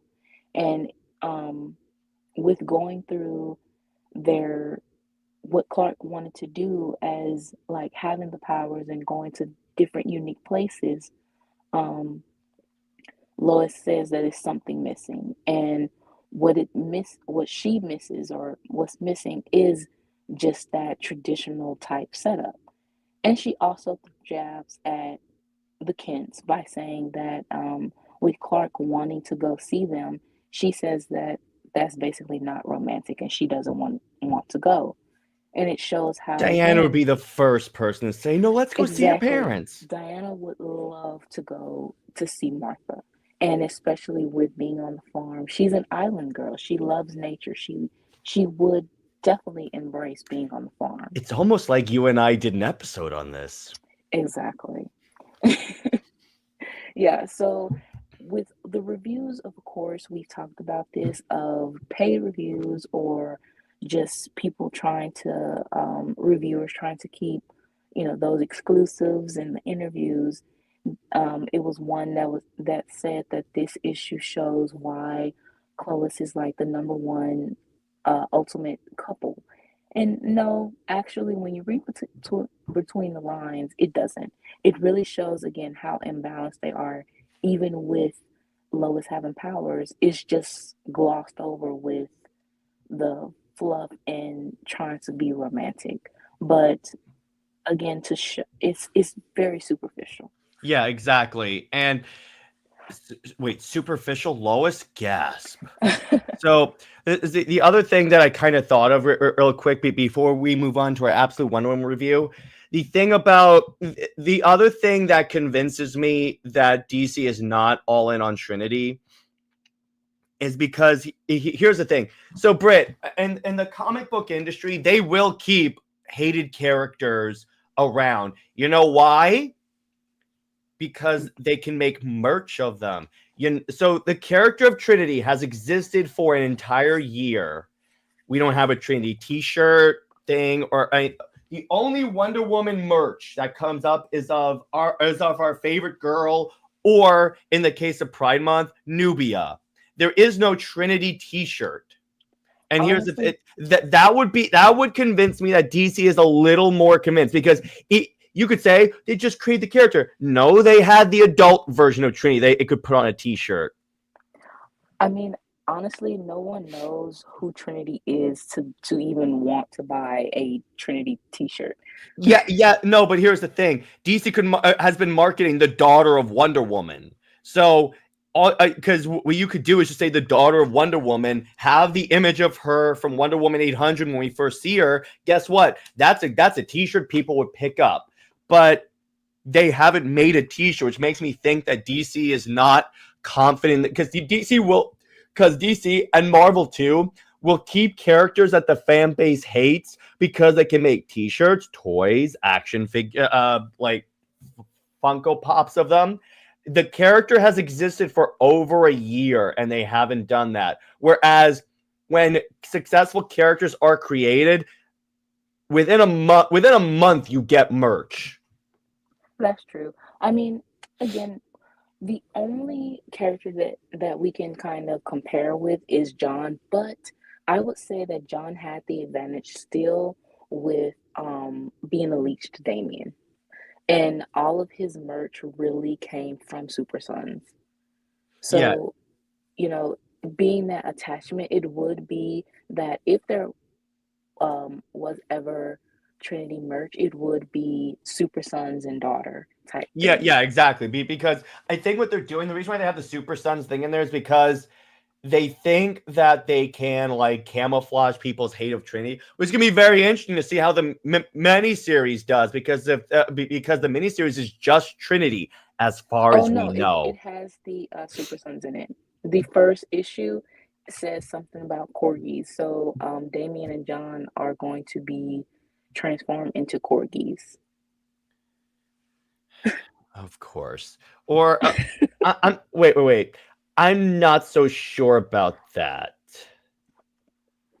It may have said that like hold your corgis or something like that, but that's like a turn of expression because of that whole stupid corgi story.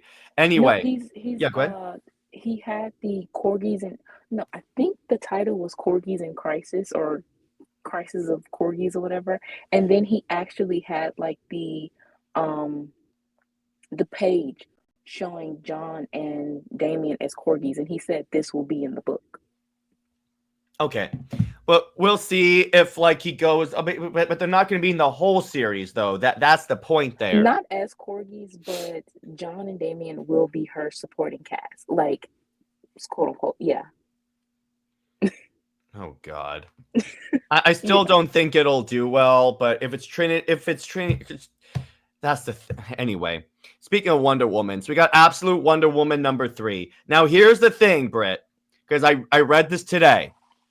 I'm going to say one thing here. I know you don't like the arm thing and about how she had to do that to save Steve. Here's my counterpoint. Doesn't that sound like something Diana would do for another person? Ignore that it's Steve Trevor. Oh no, I get that. Like That is consistent that with is Diana's character. that is very much who she is as a character. That that is the base, you know. That doesn't have to be said. But it's still it's the fact that you could have done this with any other character, and it's the fact of it's done of convenience, and it's done in a way that's gasp, of course, DC's, superficial type way, making Steve important, far more important than he should be. And it's a lot of questions that I have because I know Steve isn't the only um, person who was mistaken, maybe, to go to the uh, wash up on the island or whatever. But, like, why did Diana have to do that? And especially with Steve, with him knowing that he's going to be like a love interest or whatever, it's like a lot of Diana's sacrifices has to do with saving Steve, though. From Tom King book, in addition to this book of Diana, going through a lot and stuff, I just don't like it. But Brit, here's the thing. I'm going to tell you this. Again, I would rather have this where she's acting in character. That's why I defend this. Because she is in character. So far in Absolute Wonder Woman has done more for Diana in 3 issues than Tom King has in 20. I mean, if we're comparing it with Tom King only, then yes, it's very high bar. Well, actually low bar, but still high. Um, but any other thing, again, I just don't want Diana's her motivations again to be just Steve. Like, and that's within these 2 issues, it takes away from her actual mission of she's her first mission was, or her purpose is to find the Amazons and understand what happened to them, um and be the champion that she's supposed to be. But now it's geared towards her motivation that she met Steve conveniently. He had the same exact origin as Mainburst. And then she says that because of him, now she believes that uh, you know, there's something to fight for, or that he's a good hero and the world needs him. When But Brit, here's the thing. You can take at least, again, I still say, I get what you're saying. I get that this is like main continuity Diana, but I take that as kind of a plus because compared to what we're getting in main continuity Diana, you can take this as just slightly different main continuity Diana so we can have a good main continuity Diana. I get it. I get it. Okay. Here's the thing. I'm probably giving this book a curve because of Voldemort's Wonder Woman, but can you blame me? You are, Jared, you are. We're gonna keep it real, but I will give this The the speech with first. her on the TV, even you can't can't hate that. Come on. I don't. It's just okay. My only issue is stop gearing Diana's motivation. Stop gearing Diana's like trying to give Steve more importance. Like, okay, he's a character. He's there. Don't make Diana rush into within 2 issues. Stop Well, rushing wait a minute. that. Who said her motivation for becoming a superhero was Steve? No, well, she says that her first mission, first she called Steve a gift. Then she says that he is her test to see if like this is her first mission to become uh Essentially, a Wonder warrior. Woman. Yeah. Yeah. So that's the thing is maybe it's the wording, but that's what it gives. And that's what it's kind of like you have to be careful with with trying to give him that importance. Yes, we have established that he is a potential love interest, that he is important as a supporting cast member, but at the same time, it still feels like the same exact thing that we are, again, campaigning for against Tom King, you know. But here's the thing. Again, this is why I say this. At least she's acting consistent with Diana. I'll give it 12 issues. And if she can veer away from Steve and having it as main verse but dark and edgy, then I will give her that. But And by the way, ignore the people that ship her with Barbara, because you're gonna get people that ship her. There's probably people who ship her with Cersei. Okay. Oh, that's gross. Gross, but Brit, I'm probably right. No, it's the fact that you are right that makes it even worse. But yeah, the introduction of I was gonna say Barbara Gordon because that's what she looked like. And Jid said she looked like Carrie Kelly too. Kind of. But yeah, the shipping of the first image or the first page with Diana meeting in Minerva, it does not give shipping vibes at all. Like the way that it's the same, like, what's the word? Same like pose that Diana had Barbara in Wonder Woman 1984, and people still shipped her with that. But I want to kind of go to here. So she's fighting a creature that can make people like scared and kill their spirit. But again, so all Diana does is she essentially like goes on TV because she figures this is the best way to find her.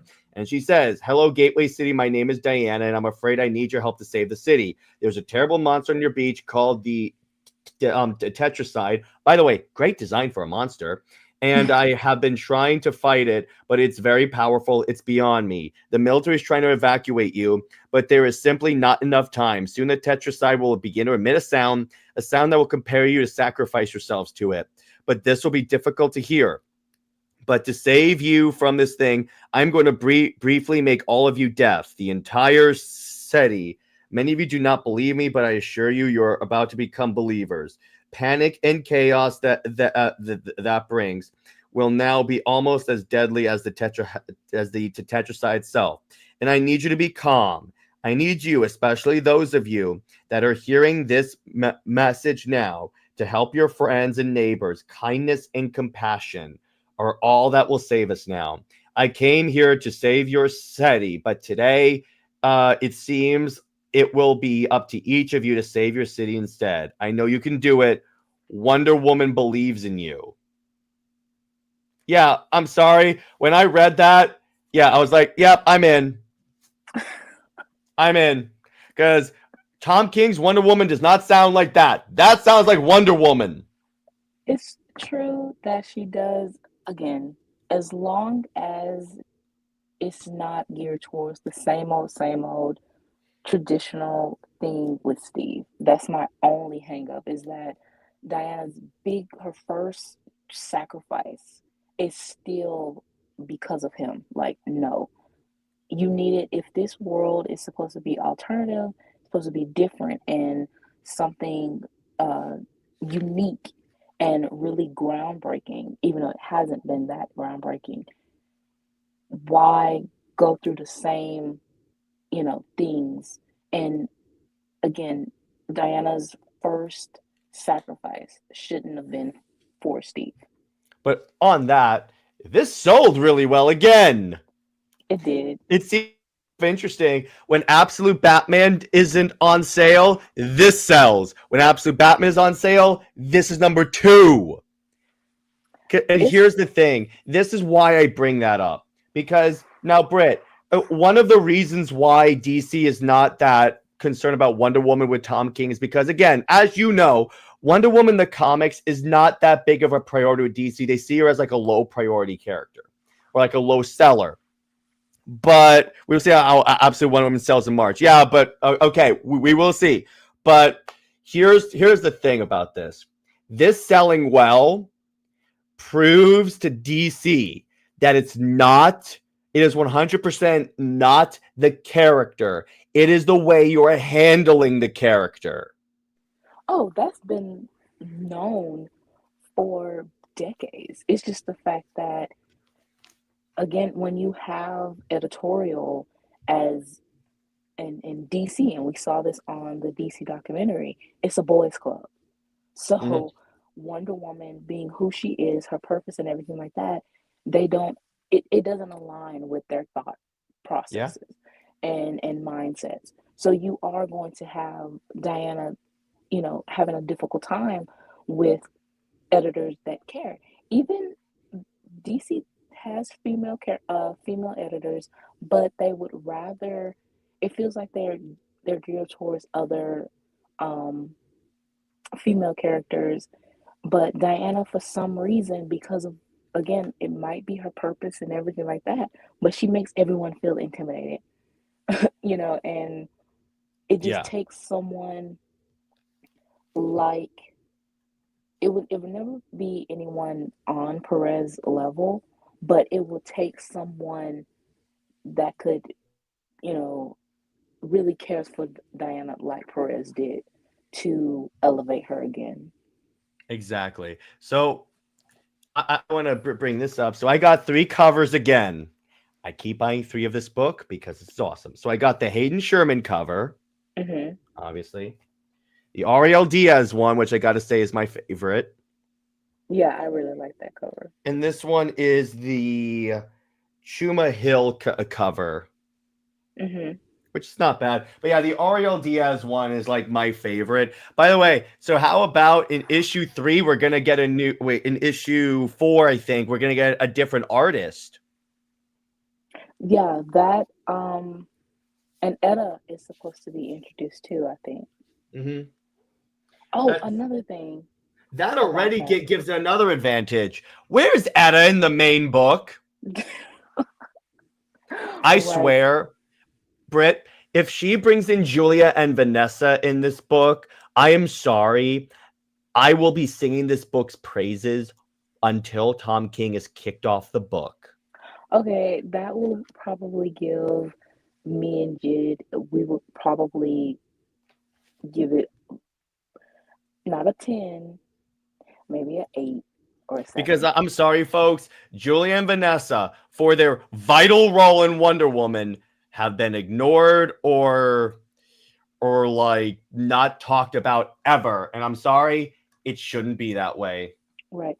Another thing that I wanted to bring up was how Diana having the tattoo was hyped up, and I okay, I understand what it's It's for. magic. That's what It's that means. magic to give her her arm back or a fake arm, but the way it was hyped up, I was thinking that it was kind of like, I don't know, something more grand than just she had to it's used to replace her arm because she sacrificed it for Steve. That Wait. Was that hyped up by Thompson or the fans? both. Because as far as I know, Thompson only talked about, yeah, it's a mark of Hecate. Yeah, but I think she hyped it up as well. Okay, because I'm like, you can't blame the character or the creator for the fans overhyping something. I mean, the fans are going to overhype things, but writer the writers have indulged, especially with Snyder too, Scott Snyder. He has been the hype man of a lot of stuff, and he has hyped it too. So, it's just those types of things is what I'm saying is just don't overhype things. And maybe if we had respect for Wonder Woman, and if it wasn't those little red flags or little side eye moments, I wouldn't be so critical.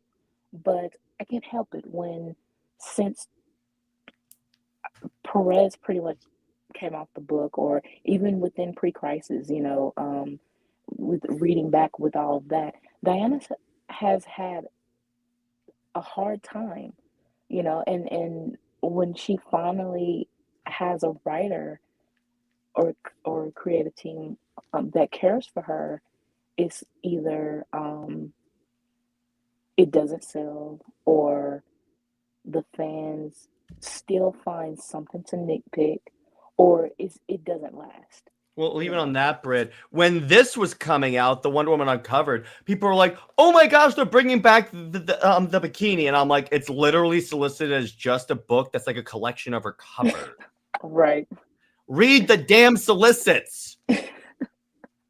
I mean, sometimes solicits lie, but yeah. But when it says it's a collection of covers, there's no Yeah. other way to interpret that. I'm Right. sorry. Right. It really annoys me because here's the thing. Here's why fan overhyping annoys me and needs to stop also. Because when fans overhype something and it doesn't go their way, they then harass the creator. Exactly. So I'm like, no, no, no, no, no. Do not do that. If you want it like this way. If you hype something and the creator gave little to no indication of what you believe, that's your own fault.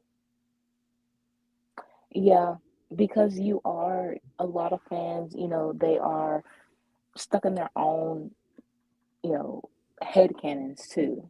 Well, And it's like they even when Wonder Woman 10 came out and people said, "Oh my gosh, they're gonna put Diana with Cheetah," and I'm like, Tom King literally went on interviews and said that Steve Trevor is essentially the lowest lane of Wonder Woman, which I gotta say, I agree with him, but he literally was singing Steve's praises as Diana's love interest. Do you really think he would put Diana with Cheetah if he thought that?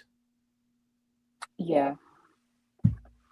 Yeah, that's how crazy these people were. I was defending Tom King because I don't want anyone to get undue harassment. Yeah. I mean, Tom, honestly, he wasn't even, I don't even think he really intentionally tried to put them, like, try to bait shippers. It No, was he more, didn't. And I read the issue. It's not trying to put them together. I mean, that's the same thing they were doing with Absolute Wonder Woman. So, Yeah, exactly. This is my problem. You will have fans that will try and ship any characters together. So I'm like, yeah, as soon as people say, "Oh my gosh, they baited us." No, you know what baiting is?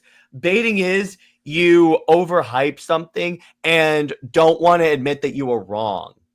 baiting is what SuperWonder fans have dealt with for decades. Yeah, exactly. But no, oh my gosh, Tom King baited us and thinking he'd put Diana with Cheetah. No, he didn't. I read the damn issue.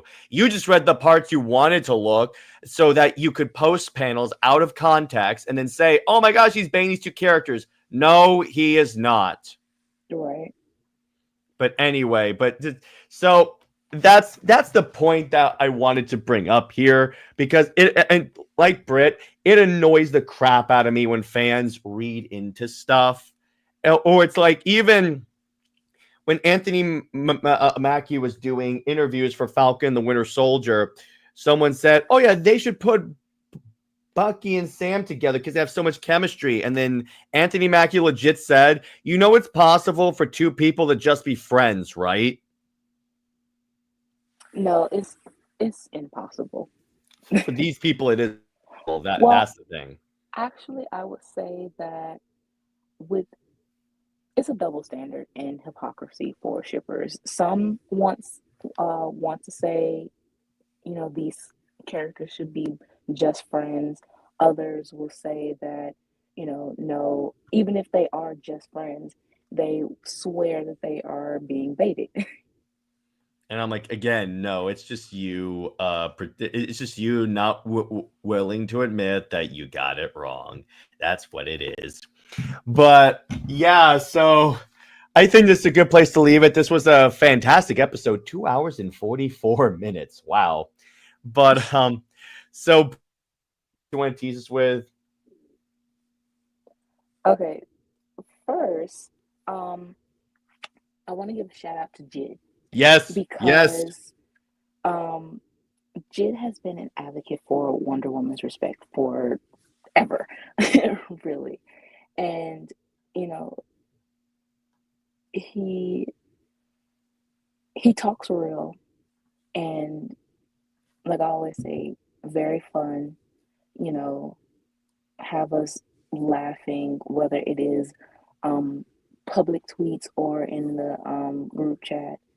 But when it's a serious matter, he will get serious and he will be that voice and that advocate for that certain situation.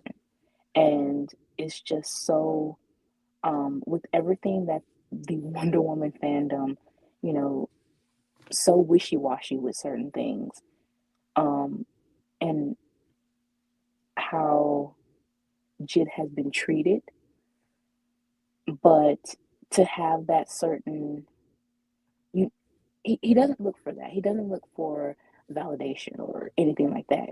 He talks what he believes in, and that's it. That's all. You can take it or leave it with him. Um, and that's how other fans should be. That's how everyone should be. It's kind of like you. He's really a true representation of Wonder Woman to Now me. Jid's gonna start sending you crying cat gifts. And And by the way, real quick, Jid, this is for you, Broseph. A man. yeah, but it's just the fact that everything that he says, and if you have something to say about Jid, honestly, you can go kick rocks because you know he's truthful, and everything that he's said about the Wonder Woman fandom, about certain creators, and is coming, into light of the problems that these fandoms have, that these creators have. And yeah, that he is owed an apology, or it is it, and it also isn't an "I told you so" or anything like that. It's just goes to show that some people or a lot of these fans need to listen and respect other people that have actual facts or that bring up issues, and it's not trying to be problematic or anything like that. It's just trying to have awareness, because like we've talked about, so many people are so wrapped up in their head canons, or they idolize these creators, and then when these creators disappoint you, you want to rage, you want and you're disappointed. So again, I want to thank Jid though for being so real about this fandom and being an advocate and voice for Wonder Woman's true purpose. And yeah, making me cry with the ideas, along with Jared too, of the That's my stories. job. Making you cry is my job. Stop taking my job.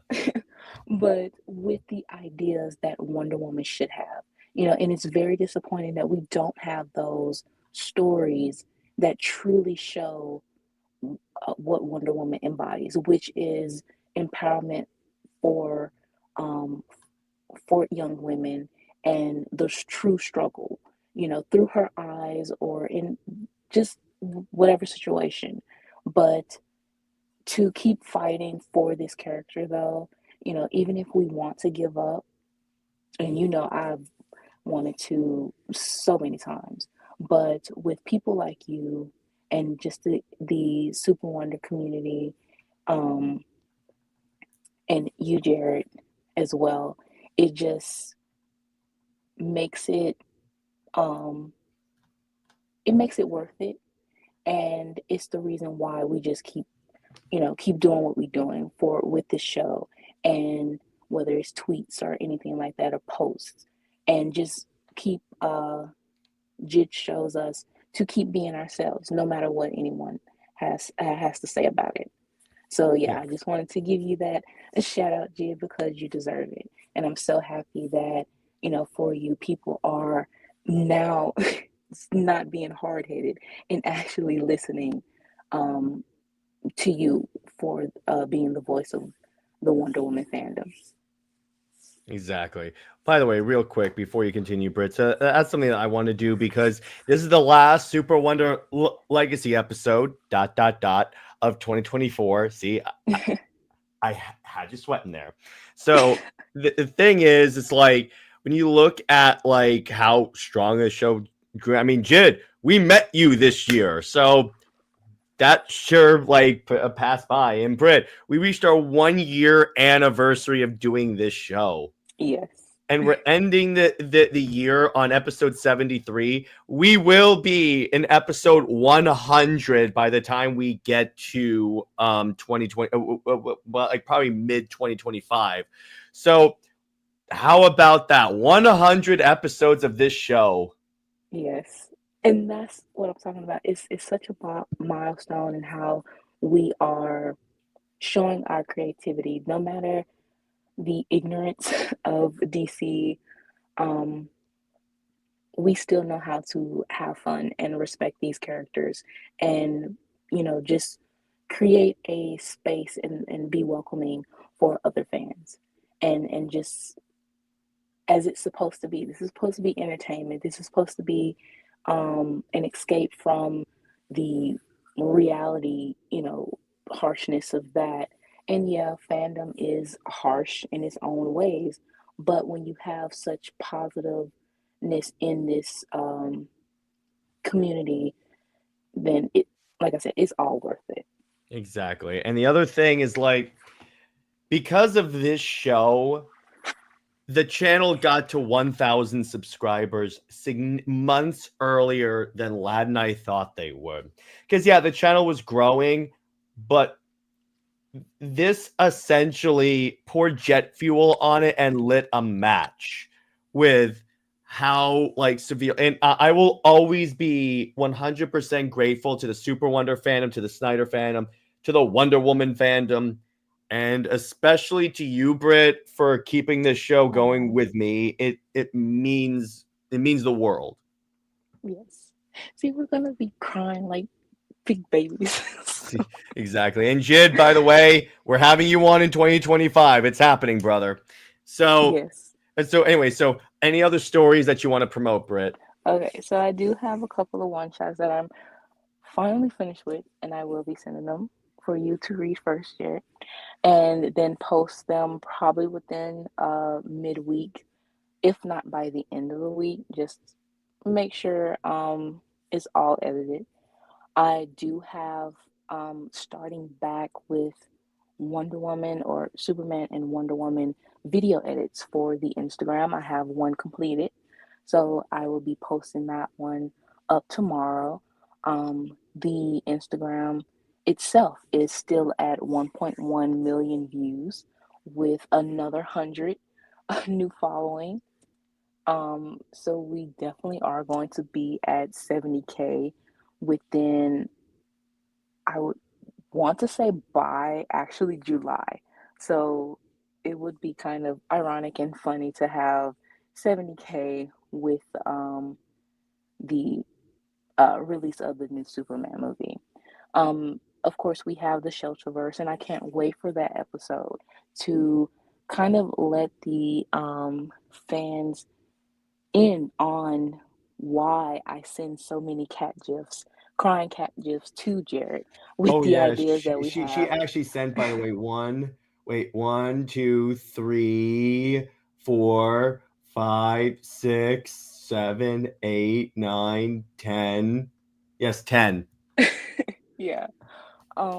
Just to know those ideas, and it is rewriting DC's screw ups, but we're also just creating our own stories and giving the respect that we feel that the characters deserve. And also, it's not just us talking about it, but actually writing it as well as those what we feel these characters should be exploring, which are with Wonder Woman. Like I said, I love her being an educator and the ambassador, and also her actually dealing with women, real world struggles. So a lot of that goes within the Shelterverse and just the stories that I have in general, and that is what we will bring and continue on writing about. Um, I would say that also stories that I have kind of chapters of like the Athens story that is coming along as well. Exactly. So stay heroic, everyone. Remember, Lois Lane is Lois Lane, and Steve Trevor, Steve never. She belongs to General Zod. He belongs 6 feet in the ground. Zois and Max about for life. We will see you later. Bye bye.